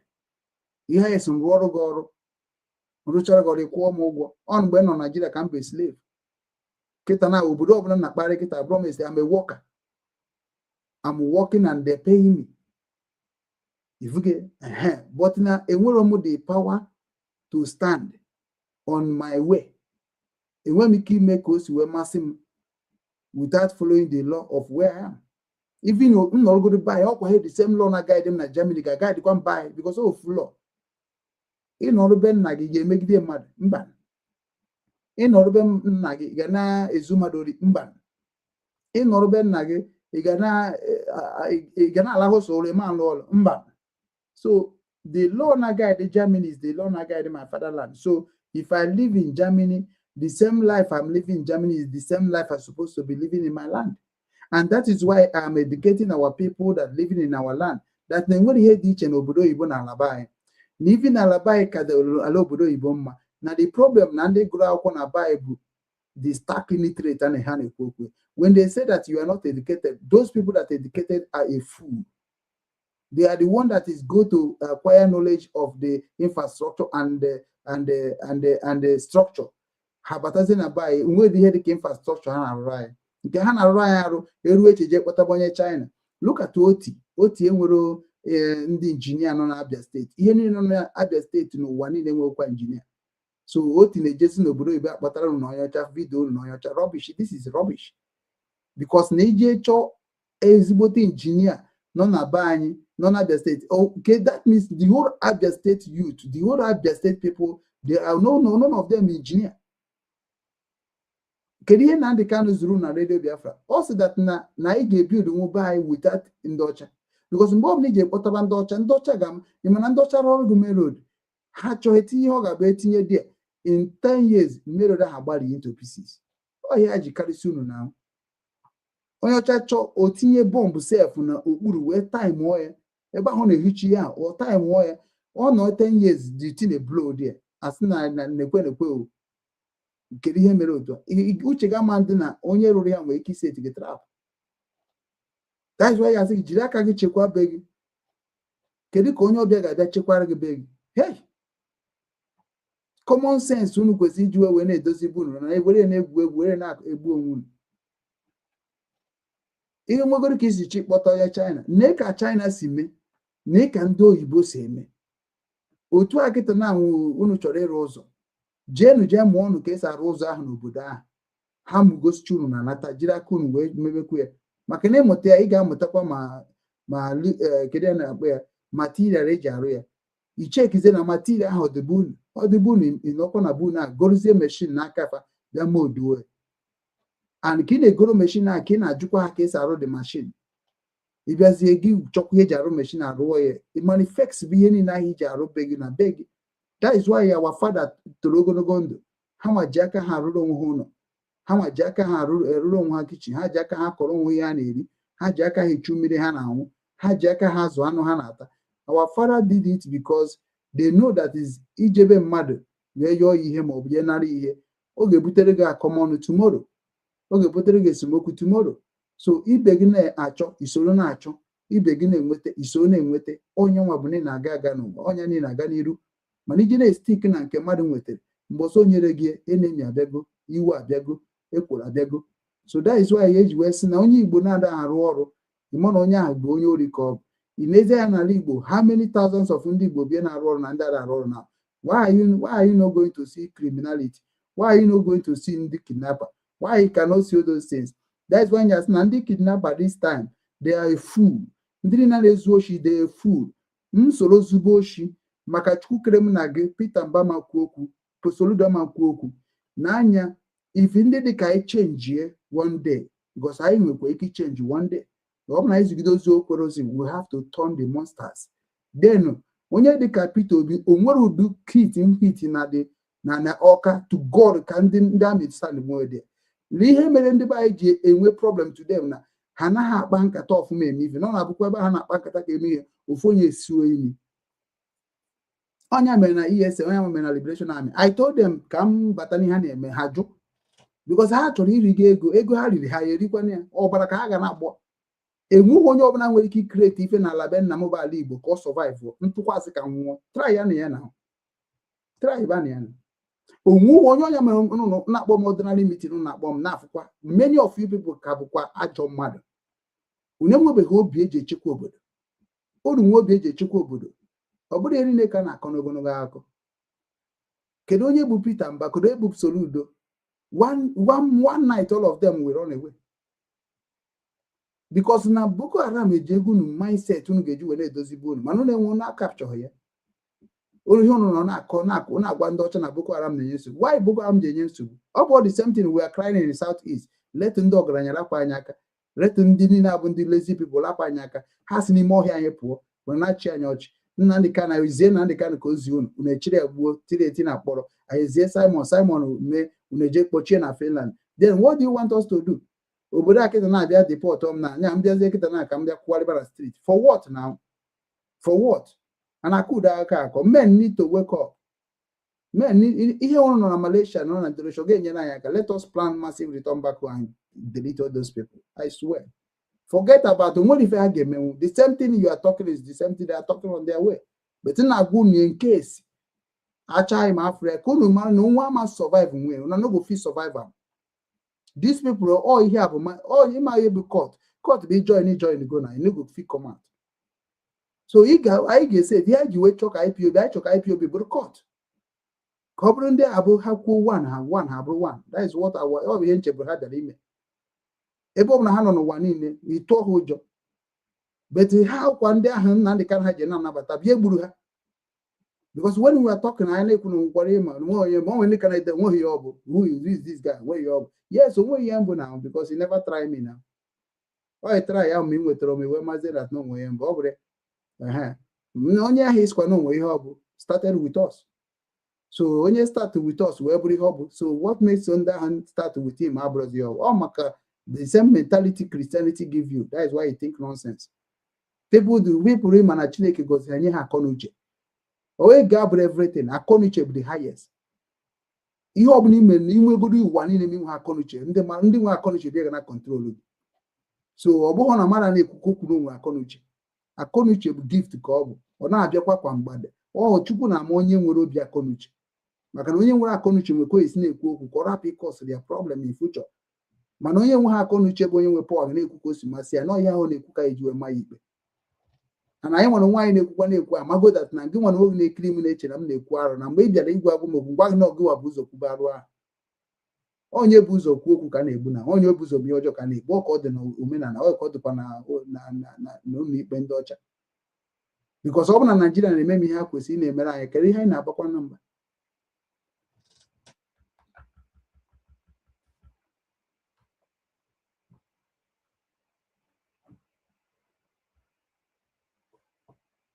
so ka anyị chọọ another video. The second video.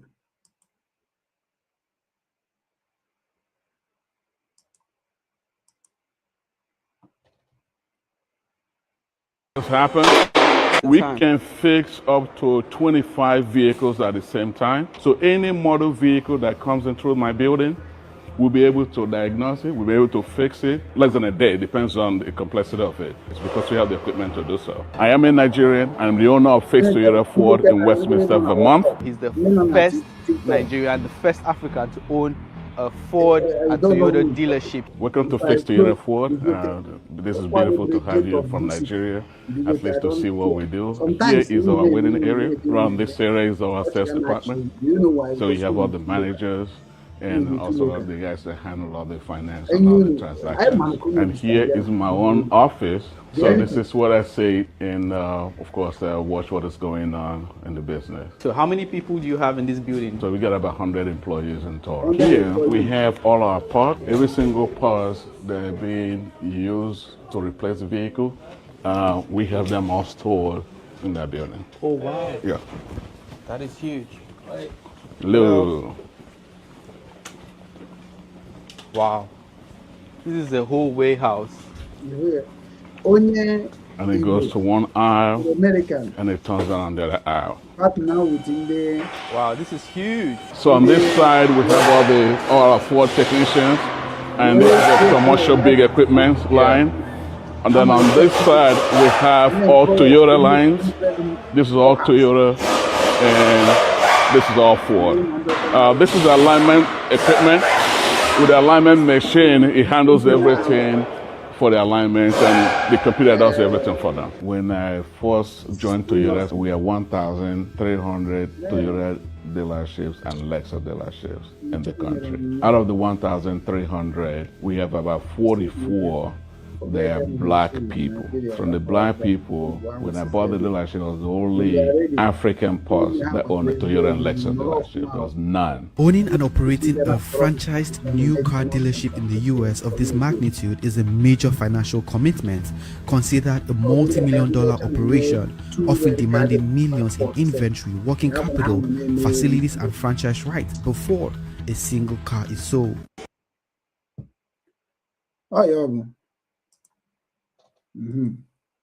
Nke a kịta ọkwụ na-afụgokwu ya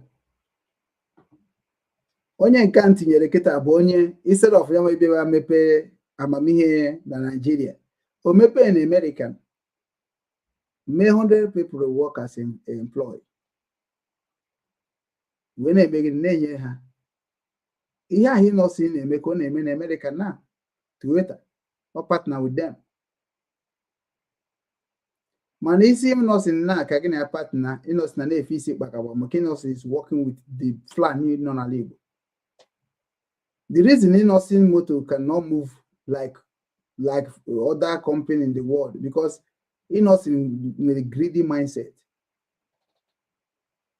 If you go to partner with him, innocent kitana maybe go in this thing because if we see all those things there can the whole 5 states. Many of them jegoroka onyeri haka ko gosi onwere okwafugo nwere ọ na-ewe even some ndị na-arụ ọrụ na company a complain go na complaint kata to me si na mụ anaghị ekwu ndị a na ndị a bụ ọnya ka iji achọ Biafra half go na Biafra will bego ha batakwa na Biafra corrupt way. That is their game because wetin I go dey tell innocent na-make go up mind to use ndị Igbo like that. Moto niile na-agba n'ala Igbo kwesịrị ịbụ innocent nka. Yiri na-agba n'ala Igbo kwesịrị ịbụ innocent nka by force. That's how we improve company. Je na China, that's how they grow their company. Je na America. Mgbe Trump rigoro n'ọkwa ọfụrụ anọ m South Korea. The first elected emerie anọ m South Korea. Ozugbo Trump rigoro first thing ọ gwara ndị niile bụ ndị America na nwere company na South Korea, let them all of them come back home. Buru company ha bata na America. And they wee gwa ndị amị ha niile ha withdraw na ha chọrọkwa ya ha na control ndị South Korea. South Korea ha be control bebefa because I am ego na nye unu wee control be ndị allowance. So we don't want it again. We will have to use this money to another thing. Ozugbo American company withdraw bara na o gwachara ife ha mee ka ha nụrụ ya. Trump gwachara ife ha mee ka ha nụrụ ya. Ime Trump mezi. Trump wee sị okay unu dị smart ya. So maka na ọ na-abụ some moto ha na-abụ arụcha na Korea beziele in America na ọgbara ha cheap. Trump wee nyezie any American man nwere product nwere company na China nwere company na any part of the world na ị na-ebubata ya own product na be nna gị bụ America na ọ bụ na ndị nke bụ ndị nọ na America na-akwụ ụgwọ tax 1 naira gị nwa na-akwụ 15 naira. Jee jụọkwa ndị America ọkwụ na ebe ya na megwu nke ma ọ bụ na m ekwutere na bịa kwukwa ka ma na ndị kọrọ m mgbe a ma ọ bụ ihe mfụ na akwụkwọ abụrụ ya. Then ndị nke bụzi ndị nke na-abụghọ ndị obodo burukwa bata na American ọ bụ na 1 naira ka ndị nke na-anọ na-akwụ. Then ndị nke a na-abata ga-akwụ ya dịka ebe 2 naira or 3 naira.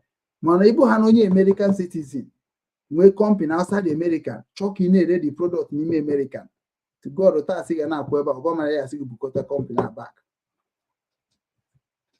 Ọwa anaghị achị ụwa with easy hand mba. Echi ịchị ụwa ị ga-achị ụwa with a hard hand. Ịbụ ha na ịchọrọ ịchị mmadụ ka mmadụ wee bara mmadụ ibi uru. Ịmana ị ga-ewe mmadụ wee dozie mmadụ. Ọ ka ụwa dị. Ọ ndị mma ihe ka ụwa na-enid. Ndị amaghị ihe uwe need ụwa. Ka ụwa need. Emeghe na onye ọbụla ga-akpata ego. Because o nwere ndị na-amaghị sef ihe bụ ego. O nwere ihe amaghị value na ego. O nwere ihe nwere ego na isi akọwa the value of money. The definition of money. Ọma nkọwa nkwe mana o nwego the money. Netago? So what is the secret of money? Ọma nkọwa mana o nwere the money. So enwere some ndị be na-akpọ nke money misroad. Some people are not the self ife ha na-eme n'ụwa. Just the higher have to be chief ka anyị na-aga. They know they think about tomorrow. They know they think about their self. They know they think about their children. They know they think about the areas of where they came from. When they anaghị echede echiche. Onye bụ ndị dị ka anyị na-eche echiche anyị bịazie anyị werezi iwe na-ekwuzi ka o si dị anyị n'ọnọdụ dị ka ya the wicked. But all due to na ndị na-eche echiche bụzi ihe jeziri wereze ka Chineke esi wee ma wee bukọrọzi ihe niile n'ike. Maka onye anaghị eche echiche ga-egbu nwoke na onwe conscience. Onye na-eche echiche bụ enwe conscience. Onye nwere conscience nwere ike ịmaga ma otu amagbuo onwe ihe na-akọ na ha dịrị ya ka you are say sorry. I don't know what came into me. If we because Omar ihe o mere na. And ndị ọcha anaghị egbu ndị ahụ izi. Nya ka ị ga-atụ ha mkpọrọ. Igbuo mmadụ n'obodo oyibo ada egbukwago a ga-atụ gị mkpọrọ. O depend ka isi gbuo mmadụ. Enwere self onye o nwere ihe ga-abịa ime n'obodo obi egbuo na-abụrụ igbu mmadụ. Ya echekukwa ya. Because ha na-afụ igbu mmadụ ka ajọ ihe. Ha na-afụ igbu mmadụ no mistake. So onye mere ya asị gị onye ọbụla take kwa time ị nọ n'obodo abụrụ obodo gị uche ga-adị ya. Otu anyị na-afụ igbu mmadụ ka ajọ ihe. Na-asụtụfị akwa igbuo n'ọchụ. Ndị ọcha na-afụ otu a. That is why they fight everywhere they go. Ị dafụ ụmụ ha niile smart na-ewere egbe smart ewere mmasị because this is their life. And ị na-abịabe ha agwakwa gị na-ekwe ka ha si ebi ndụ ka uche gị dị ya. And ha ga-enye gị limit. Onye mere eji abịapụtasị gị na foreigner na-ebi ebe a. Indigenous na-ebi ebe a. Ha ekewacha ya ekewa. Izuzuru jezi ebe ndị indigenous anaghị ebi. Iji je ebe ndị indigenous na-ebi. Ihe ọbụla emere gị were. Because obodo ama hapụ ha. Ma hapụ gị ma ha ikpe. A na-eme ya eme n'ụwa. No matter ihe ọbụla ị mere. No matter the goodness gị. Obodo can never judge against their own. It's not possible. You give one of yourself. Nwa gị na nwa onye ọzọ na-anụ West not gị kpezi ikpe. Get back away gbuo nwa gị. Check any now. Also nna anyị na-eme mgbe nna anyị nwere ike igbu nwa ya self n'iru onye mere ọjọọ. Ya bụ na ochu ahụ esoro gị na. But on abanye nwa na-agwa unu okwu si na unu ejego computer Christianity, computer another people's language, another people's lifestyle. So what we are going through now is normal because ihe anyị ji aka ikotere onwe anyị. Anyị nwa na-agwa unu na anyị ka nwere knowledge ahụ. Papa anyị ji bi ndụ. Na anyị ka nwere Igbo knowledge. Anyị ka nwere the ancient knowledge. Na anyị use way no ka ya dị anyị mma with this modernization world. Anyị ga-eme nwe ọ ga-ama mma. These people ga-eji aka ha bịabazie negotiation. You don't need to fight. Only thing that need echigharị from nji na-eme now. Ezuzu n'ori, ezuzu na ndocho, emezina 419 yahoo. Stop it. Emezina drug dealing. Stop it. Go back to home. Ogo na nwere ihe nwere n'isi ga-eji me, but join our security. Join our police, join our vigilante. That is what we have been clamoring for. Ogi join ofu company na-arụ ọrụ anyị nwa na-agwazi ndị company ka akwụọ ụgwọ. Join politics. Ego dị na politics. Ego dị na security. Ego dị na company. Ego dị na ego karịrị akarị n'obodo. No bụ unu we cool down. Follow ndị mara anya ego. Follow ndị markets akpata ego without izu ori. Without imegide mmadụ. Njafia na job today because you don't want to listen. Obo na aba. Obo na anyị na-support aba na-akwapụta akwa n'ike. Even enwecha branches na Anambra na Enugu n'ime ọ na-akwapụtakwa akwa ka aba. Ọ bụ iwu na ọ ga-abụ sa aba na-akwa akwa. Ekporo ndị Enugu, gọvanọ Enugu kporo ya dịka ebe 100. Ọkwa afọ mgbe onye Ebonyi amamebe o kpojere ndị mmadụ si n'ojebe obodo. This is stark illiterate. This is people you make a governor. Kedu ha na-eji obodo ebe ma ndị nke jere jegere ihe jetere. Ọ bụzi ndị mmadụ ka enyere eji esi ya gụọ master je gụọ gọọmenti nyecha scholarship ka ha gụchara ọha anadịghị onye amere anyị ata afụ today.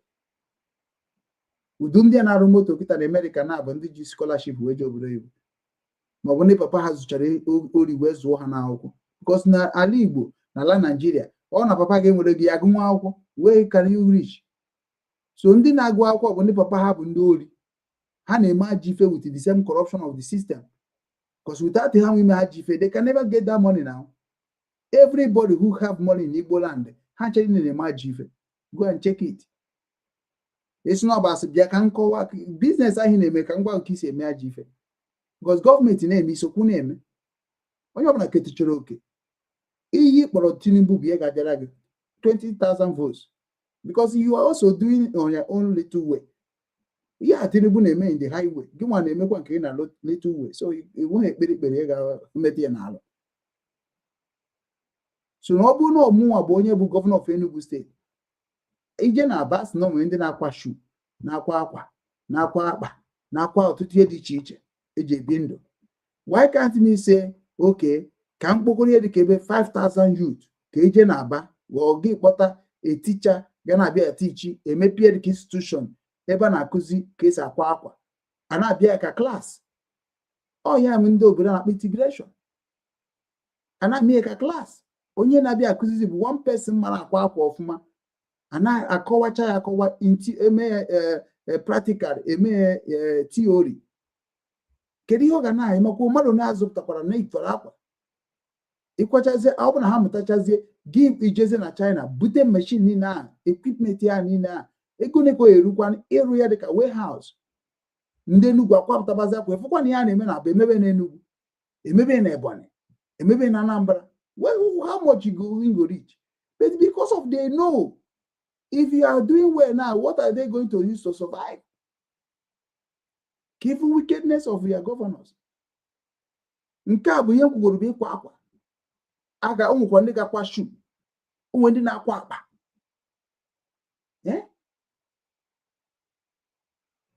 Ịma ịkwa akwa na ịkwa akpa na ịkwa shu, ịma these two things bụ ihe an everyday product. Onwere ihe ga-eme ka ya bụ iyi shu, onwere ihe ga-eme ka ya bụ iyi akwa. Emeghe mandate na Enugu steeti na ọ bụ akwa gọọmenti na-akwa ka ga na-eyi. Oyo gọọmenti kwuru ka na-eme. Isi na ịma iyi nke gọọmenti asị oke ka ọ ha dị ka na-eme no dictatorship. Then akwa ndị China 7,000 naira, akwa ndị Enugu 15. Now you know what you can wear. Ị ga na-abatakwara ndị gọọmenti okwe na-azụkwa ndị ahụ niile ebukwa ndị a na-akwapụtara ya. Na you go wrong. Onye ma ibi obodo oyibo ọgaranya na-eyuzu one car, because tax dị na one car. Ọ bụrụ mmadụ ya gwa gị gbawakwa 2 ọsọ, one izubeghede gị. Onye ma ebe na be anyị enwecha convoy, ọ bụ na convoy ahụ na-enwe tax na-esocha convoy ahụ, ifu na ego ga na-abata sistem. Bete ọ bụ ndị nwere akọnuche ịba the system jeje dozie ka nsi ekwu bụ problem. Anyị nwasịkwanụ ka anyị baa ha, unu nwa bụ ndị ga-evotu anyị out. Tomorrow na-abịa bebe akwa, bebere ndị Igbo akwa, bebere Chukwu Okabịam akwa, bebere Jesus akwa. But you are the one that vote your problem in. What are you crying for? All of you are the problem. That's why I say 99% of ndị Igbo bụ ndị ori. Ọ bụrụ onye ori ka ebu, what do you do to make money? You are a criminal. I have been monitoring all of you. Unu kpatacha ego n'obodo oyibo, unu eje rụba hotel. What is the meaning of hotel? Kedu ihe hotel na-develop n'ala Igbo? Si na onwe ndị na-abịa lodge. Which lodge? Onchi make my visitor bịa kịta na nwe ka si nwe business partnership si ka abịa njela hụ na hotel. Onye ọbụla na-arụ ụlọ na gbogbo erochi na-arụpụta nke ọ ga-abụ onye ọbịa bịa jee chekie. Even mama m sef onye ọbịa bịa bịa, mama m ga-asa anyị nwara hụ na onye ọbịa rahụ n'enu bed. Bet na ụlọ a na-arụkọta onwe onye enweghị ihe dịka boys quarter, onwe onye enweghị ihe dịka visitor room. My nwe business chere na ma bịa nọ because ama m na ụlọ amadịgide ndụ wee ruo mgbe ebi ebi, maka na oles na Chineke adịrọ n'ụwa. Mmụọ mana one day unu ga-anwụcha, unu ga-enwe problem, and ndị mmadụ nwere ike ikulite. Because I'm on one day, the children of the Most High will rise. Because intimidate, make I happy man in the Kubi, Baromo, Mayuru. Ye can make a Kachuku Kamara Chukuna Rokworo, because Amara Chukwa Mugo. Chukwa the Jose, Chukwan Yeziaka, Chukuna La Hola. Nothing like Chuku, nothing like God. They are sleeping. Because when he can be make them nago or bochedo. Obondo agbara akwụnye ihe earpiece na-apịara onwe ha egwu. You have disturbed them too much. That is what God is doing now. That is what God is doing on everybody now. And where's the kaiji wine? We could take it away. We might go the minimum wine. We must suffer. I got a little before you wait to play this thing we are looking. We must suffer. We must suffer. And when you hear keep easy. And not to get lose ya. Enough, a more one wagon, a business. Oh, to you have to know how to live in this life. Ono can be one name working work. Can even make one? Oh, go now. Oh, Bogom Bonky. Or not, with name, or better Miss Bakwa. Can you name Mujiba? A baby Marqua, Mbempamu, a better Marqua. But one name working with a better Marqua. Also name the Yamun Bakwa. Remember, I want one name working. Nchọpụta na ndị niile ahụ hụrụ n'anya hụrụ ya n'anya mgbe aka nchi etie ana ma gwa ya mgbe ahụ na isi nne m ka nọ wee maka ha si wee hate my family and the hate ị na-ene anya n'ụwa ọ bụkwa ebe a ka o bidoro. This life ị na-ene anya dịkwa very bad ihe a na-agwa unu kịta because kparịgo m n'ụwa wee chọpụta that na this life ị na-ene anya abụrụkwa ndị mmadụ na-eche ka ọ bụrụ ndị mmadụ na-eche ka ọ bụ. So I need to what I go here the one before I will make cool. Some people may be to a job, no quick or yeah, not nonsense covered to them. That is because he's Sigo Muhofuma. When I go up with only in Kefi that na Isibe Wogu, you keyboard, Kebino, Kebi Saga.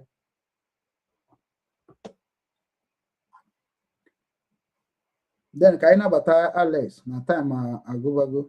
Kaina Bata Alex. Alex, kaina but Alex go always in the Christianity ozi before we're Jason on TikTok. I was in Katik Bazo. That in mass, Muslims have stated their goal to take over America. And the only way to actually defend against this is to know what they are preaching and to know what we believe. I've been studying the Quran and today we're going to get into Surah 111. Recently, I told you guys how Muhammad was suicidal. He thought he was literally demon possessed according to Islamic sources. And in this chapter, we see that his own family didn't even believe him. His uncle, Abu Lahab, directly rejected him. He called him a liar to his face. And he wanted nothing to do with Muhammad's message. And this was the response of Muhammad to his uncle. May the hands of Abu Lahab perish. He will burn in a flaming fire. And so will his wife. Around her neck will be a rope of palm fiber. The answer to rejection was immediate hate and anger. Eternal damnation. Declaring that Abu would burn forever and his wife would be choked by rope. I wasn't aware that Muhammad even had the authority and power to declare someone to eternal damnation.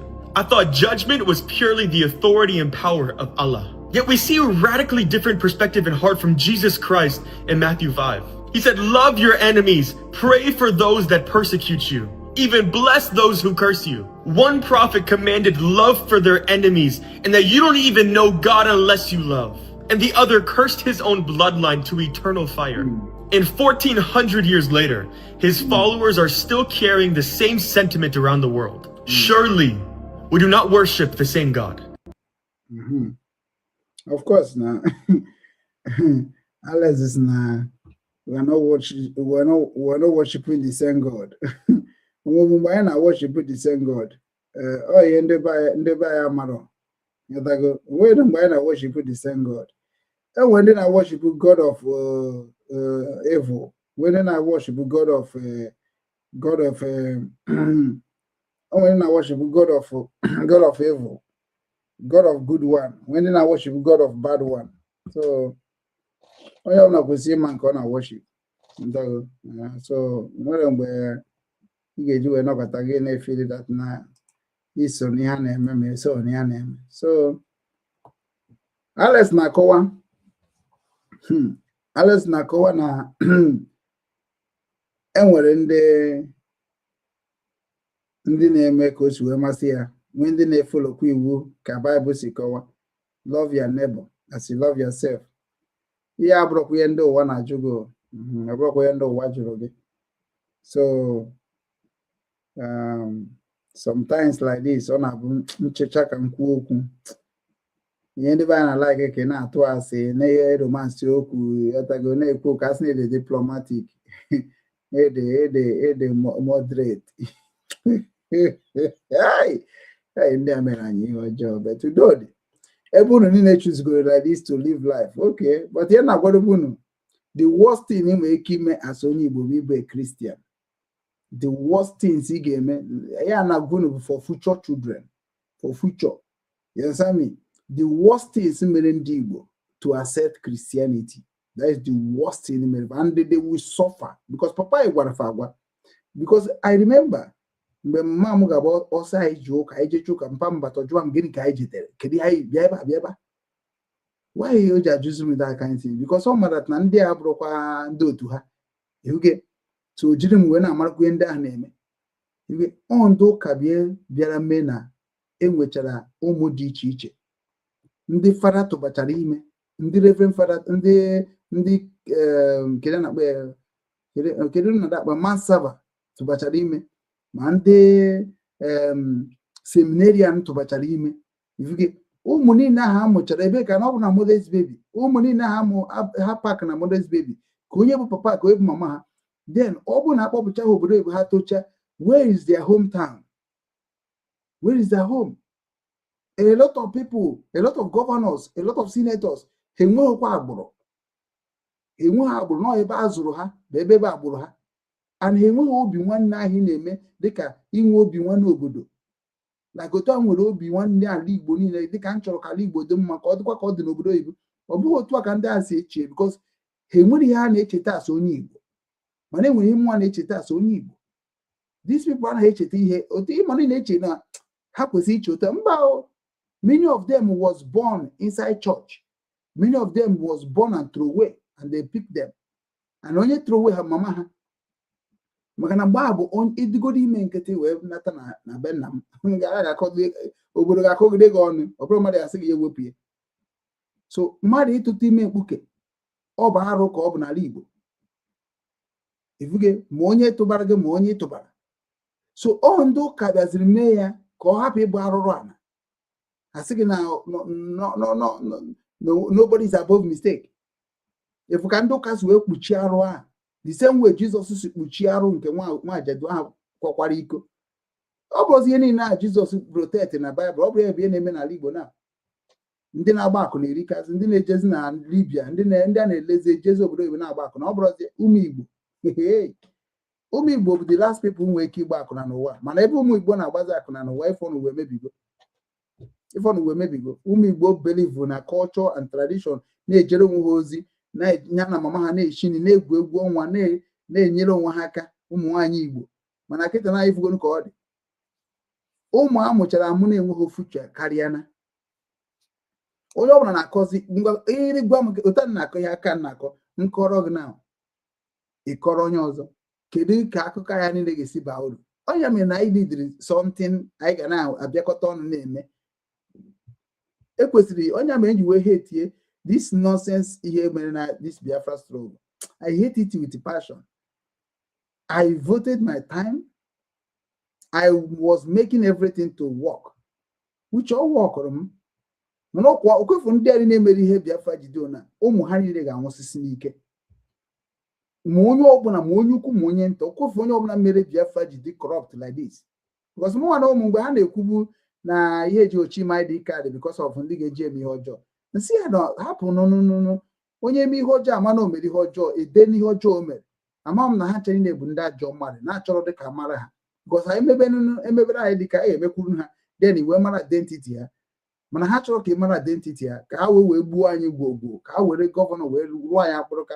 Today gị na ị na-eji support kwa ndị ji gọvanọ arụ anyị akpụrụka. Mana amacha m ihe niile ga-emecha mụ na class. That's why you dey strong ebe m nọ. Ama m ncha ndị gọọmenti a ga-emecha kpughesie unu. Ndị ahụ unu na ha mekọ kpughesie unu. Kedu ka hit bịara na mgbe hit ga-abịa gị nwere onwe na-ekwu okwu na social media ihe ga-emebe gị when the original truth will coming out. Ihe ga-emebe gị. Anụ na-epush unu nwa na social media na-epush ka truth come out. Nwa na-emekwa nke onye ọbụla na-akpuo ka anyị mara ihe anyị ga-eme negotiate with the governor, with the senator, with all the our billionaires ka anyị gabazie n'iru. Mana before negotiate with these people ndị nke megoro ihe ọjọọ ga na-ebekwa. So if that not all this try wee fọgbazie nọrọ aba ma ọ ga-aba, ala Igbo can never be good again. Only ala Igbo bụ good na enwe people batara na otu a ndị na-eklem na ha na-eme Igbo nation maka ana m like ndị na-egbu oge n'ihe. Igbo land dị mmadụ oburu ibu. Ndị America na-eklem si ka ha mee Igbo nation ma ndị ọzọ ndị na-abịakọta na Igbo nation na-abụrụ ha na-ejere echiche. Oleso na chọrọ imekwa concarious. Igbo nation enwego structure. There is no structure that going to help Igbo land. Everything onye ọbụla je village ya ka anyị mara ndị na-enweghị village. Ndị na-enweghị village bụ ndị a ga-eme arụ city. One just announcement and those people who got announcement ga-abụzi ndị ahụ niile bụ ndị a ga-ewepụtazi as officials. You don't need even to call governor to one governor. You don't even need to call anything. Ị ga-agwa bụ onye Igbo ọbụla bụ onye chọrọ ka ala Igbo be nna ya dị mma, go back home. Onye ọbụla si na obe na-apụta anyị na-edezi na-etinye na sistem. Ọ ndị ahụ bụ ndị na-abata na sistem bifin na mere ha beri na Islamize everywhere. The reason unu ha like try ka unu si na the right way of our ancestors. Papa anyị esegoro anyị ka anyị ga-esi wee meri ụwa niile. Papa anyị esegoro ka anyị ga-esi na control onwe anyị without enough. Papa anyị emego ka anyị si na mana ọdụtụ oke ọchịchị unu na-eme ma ori unu na-ezu ma wayo unu na-egwu ma ihe niile unu mechara ndị mmadụ kịta unu amara unu ga-esi wee megharị ya nwere na-achọkụrụ chi nwekwa ọchịchị unu ga-achị ga wọk ma nke gọọmenti o ma nke Biafra o nwere ọchịchị unu ga-achị ga wọk because all of you have already sinned against the land. Ga na-afụ ya na olesi asị m onye ọbụla nọ na-abịa mụ abụ onye Amaji Nsụka ana m be nna m na be nna gị then nna abịa na m abịa as a representative of a somebody to go to brush top from Amaji. O nwezikwa onye Amaji ga-aka m represent ojebe a ga-akpa ya na Amaji aga m apụ na Amaji without ịkpa ya na Amaji be village m. Mana ịbịa na social media na-achọ ka ị control m akatakpaghị etigbu na ị gaghị control m aga m control gị. So that is why ụwa can never be good in our land. So ị na-ekwu nwa na-ekwu so mana onye feel that na anyị chọkọ obodo dị mma otu a nsi ekwu ka anyị nabanụ na ka anyị naba. Mana ọ bụrụ na ịbịa na social media ikwuo maka Nnamdi Kanu taa ikwuo maka Simon echi you are going to ụmụ gị ga-emechikwa takwa afọ karịa gị nwa. Anyị nwa bụ ndị mara ụzọ be nna anyị nabanụ ihe a Igbo YouTube na-eme ndị a na-eme ihe a na-eme nzuzu ka a na-esusu mgbe ha ga-aghọta ife na akọwa ga-abịakwa ọta ka ngwaba ndị organization.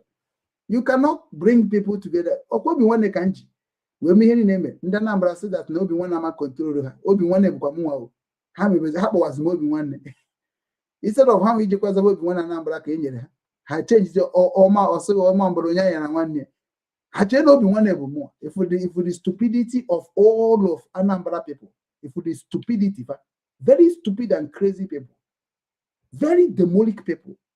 Why am I were born and since how many years can Anambra State in the country really? Imana ha cheno ego ka eji ama onye na chi eno. The problem na-eme na Igbo na Anambra ka ọ dị. Arụ bido na Anambra so ndị rere n'ohu Anambra. Ebe a ka ife niile na-eme na Igbo si Anambra State. Before ndị Imo State wee kọpịta. Unu ga-emecha mara nke bụ eziokwu. When time come m ga-ama ka ihe ụwa si wee bido na be anyị. Nwanya mere ihe ha na-eme ihe a na-eme na mere otu ekpokọtara otu ọfụma otu wee bịakọta gị si ka even unu ejekwu ndị Anambra ndị otu unu. Ọsọsọ my assistant bụ onye m na-enye respect onye Igbo ukwu. M na-enye ezigbo respect because ọ fụrụ ihe ndị ahụ na-akpọ ya ka convince ka ọ hapụzie m bịaba na Anambra. But ọ mmadụ kpokọtara unu niile ọnụ n'ụwa niile. That mkpụrụ obi kpokọtara unu ọnụ n'ụwa niile unu ji kwụsị ụgwọ ọbụla ọ bụ onye Enugu kedu ka onye Enugu ya esi gwabụ n'okwu. Today Anambra na-adịna m nwere Anambra iwe a ga-egbu ha ncha niile pịa ntụasị ka ohe Nsụka pịagbuo m. The reason m ji agba ndị Anambra kịtị na-abụ m ama afụ m ka onye Anambra sef. Ma ọ bụ na ọ bụrụ ihe a na-eme n'Imo steeti karịa ịgba aka m case. Many of you people the wicked here. You should not be ego ka eji ama onye bụ ezigbo mmadụ. Ọ bụrụ ego eji ama ezigbo mmadụ dị ya n'omume. Somebody je nyere gị aka wee kpokobe ndị bunu kpokọtiche ndị bunu ọnụ sizie gị na-ekwe ka ndị bunu nọ jezie mere na unu ga-eme ka ndị bunu dị mma. Okweghịkwa unu ịkọntrolu na ọ bụ ka unu kpọrụzie ndị bunu jee zuo ha ori. Unu zuzie ha ori ka a sị na Obi nwanne zuru ha ori wee sị mba na ada eme eme. una asị na onwe ihe mbụ ịkọntrol n'ibu unu ejekwa ka ebe unu nọ kịta ọma mbara onye ya na nwanne ebe ka unu nọ na ọ criminality dị unu n'ime Nnewi ọ bụrụ ha nwa mebiri ala Igbo tụrụ Ojukwu then ọkwa ha nwa jikwara ịtret kọm na be nna m ihe niile a bụ Anambra story of Anambra State bụ the why we are suffering today. Ọ ha nwa bụ ihe na-eme na ha nwa bụ racist, the most racist people bụ Anambra State people. Ndị anyị asị na ha bụ Anambra ọ ha nwa bụ the most racist nke ha dị too bad. Ebe m toro too ya ọfụma, very big racist people. And they cannot fear, they know will accept whatever you're trying to do on Kefa. And how may I make it? He believe on any state to make you go. Till today, all the one email, one day, church, and then one day, I get a number gave me a call the call and a member. Hag afraid hag make at last. That will be a hand, or woman he work on my nine. That's why I just now. Or Bahuru nine, I just with a kind of corner, or Bruno corner, or any good be a basket. Anambra be back Anambra, Imo be back Imo, Ebony be back Ebo. Onwe here the king of corn again. Even though we want here na tribe, potential dinka, Jacob Condozo. A Murumiki no kata we make qua here the canon name a cobra one. Onwe here the Okap another one, Okap another one. A fube maybe a Kenodian no coron, or draw possible. Onya no. So I never could see name and I name here one. Ibabro Fibamambra to one was deceive woman. Because as I've gone mundi but through one where folk at the wickedness he had. Ozubu Anambra Mechel Imo Tiwara. Ozubana Mechel Imo be the next. And these people cannot buy the wickedness in these people, the Hananya, they have no Hanume. Even more than one have but all how Nabia Chakasi have their original Nazuni Zundun no Bro Ibori. Oh, how you not them. Information, evidence everywhere. But on Abu Nyebian and social media, not rubbish. No, only quarter rubbish. The end of the story of this life. But now round. Get one round. That is the end. But of course, phrase you quack and quack are okay, busisiunu. Because all of the wicked in Kevin, people are suffering because of your wickedness. Today, Imo State is Nahana Mezi Aros, Nahana Quakwa, Kana. But you will be one name, the whole Imo State, no one in them will come together and helping themselves. Nchekwa and any hamena or so kwesime or punishment of Imo State. Makene we are punishment all of you. Why am I for another say Coco Madana France? Then we have future. Don't I say Nihe Nemena Enugu Ochi Enugu chi sink ya sink Enugana Hanonum. They don't hear my voice. Oh. Hi Tigom Nansuka local government in that way. Waiting concern me here now is that place. I don't have time. Sometimes you hear them who naturally is you uno that John Mother now. Obofundi can na go. Uno bad John Mother. Very, very bad supporters. Uno chori home man no abu honde now. So what are you talking about? Uno need to know I'm there support wage because oya woman name ndeka ta. Mfuko anagri na imaji muna ga abofuom. I may for na say beke webeke. Enwe ebe nku na ebe ho ihe ndị Igbo no. Ndị Igbo almost everywhere ndị Igbo gabara ori ka na-ezu. Ma ndị otu ma business o everything ori ka na-ezu. Ori ikanka onye ga-aka ibie, onye ga-abụ ọga, onye ga-abụ the highest commander, onye ga-abụ the say. Kedu uru ọ ga-abakwa na gị ihe ndị anyị? Ke uru ọ ga-aba? Unu bịa na social media na-ekpu mmanya. Ubenu m anya ka onye uri, unu kpuchie mmanya, unu ga-emecha taa afụfụ unu one by one. Unu ga-emecha taa afụfụ unu na-aka n'ihe na. Onye nke asị na I lose property, eje m nke. Ịma bụ na onye mere ọnọkọta ngwere ego m si na na-arụ something na ala Igbo. Ọ bụ na m rụrụ ihe dị ka ezigbote ụlọ ma na m mere ndị Nnewi tretiri m wee jebe nna m aka apịadisi ụlọ ahụ na ka o wute m. Mara m afụgo na nwere uru ọba na nna arụ any property na baya oles na manụskwa nwaanyị wee chi ọsị na ya chọrọ ibibe ya rụọrọ ya ụlọ na kọsa achọrọ m ịnwụ the sef before achọrọ m like ọ bụ na ahịa mmadụ na-eri poison irie poison nwee mara ọnụkwu ihe ka ọ aka m anwụgo sense na why because I don't want to live in this stupid life. ụwa bụ ajọ ụwa ka ọ bụ ụwa abụrụ ezigbo ụwa ọ bụ na ọ bụ hụ na mụnwa na ụmụ jisi ike by this time I commit go m something etu ọ bụ maka mkpụrụ obi m siri ike nsị Chineke na amara m Chukwu kere ụwa aka si ya ngwanụ ka anyị na-afụ ka oyesi na-aga na ka anyị na-afụ ka oyesi na-aga ọ bụrụ ga na-efili the bad na ya ọ gị kere ihe ọjọọ ka ihe ọma were gị na-ekwugheri na ntị anyị asị Chukwu okike abịa ma onye nke asị gị God Almighty criminal people a na-akpọ afa people who created evil ka m na-eji akpọ afa ma kpọrọ afa for what ọ na-abụ mpụtakwa na ma gwa unu so that na ihe anyị na-ada eme na Chukwu God we deceive ourselves because na God I never see God ihe na-eche n'ime m ka o ji arụrụ m ọrụ nne m gwakwuru m agwa na Chukwu na onye ọbụla n'ime so why are we mentioning him why are we calling him anyị ekwukata gị ka anyị wee dọkpụta unu n'owe ka ekwugidekwe ka unu wee makwa dat n'ọkwa ofu Chukwu ka a na-ekwu n'owe onye mere ndị ọcha agwago ụmụ ha niile hapụ n'ụka amanyere gị aka yutu ndị ọcha anaghị eje ụka mana ndị otu unu juru unu ụka na-ekpe arụsị na ha amamkwu unu na-ekpedo ekpe ndị ọjọọ ndị nọ na YouTube na ndị nọ na Facebook ndewo ka ọ dịkwa na echi at least na 1 hour 52 minutes yes is okay for me ndewo ka m hapụ unu ka unu na-akpuo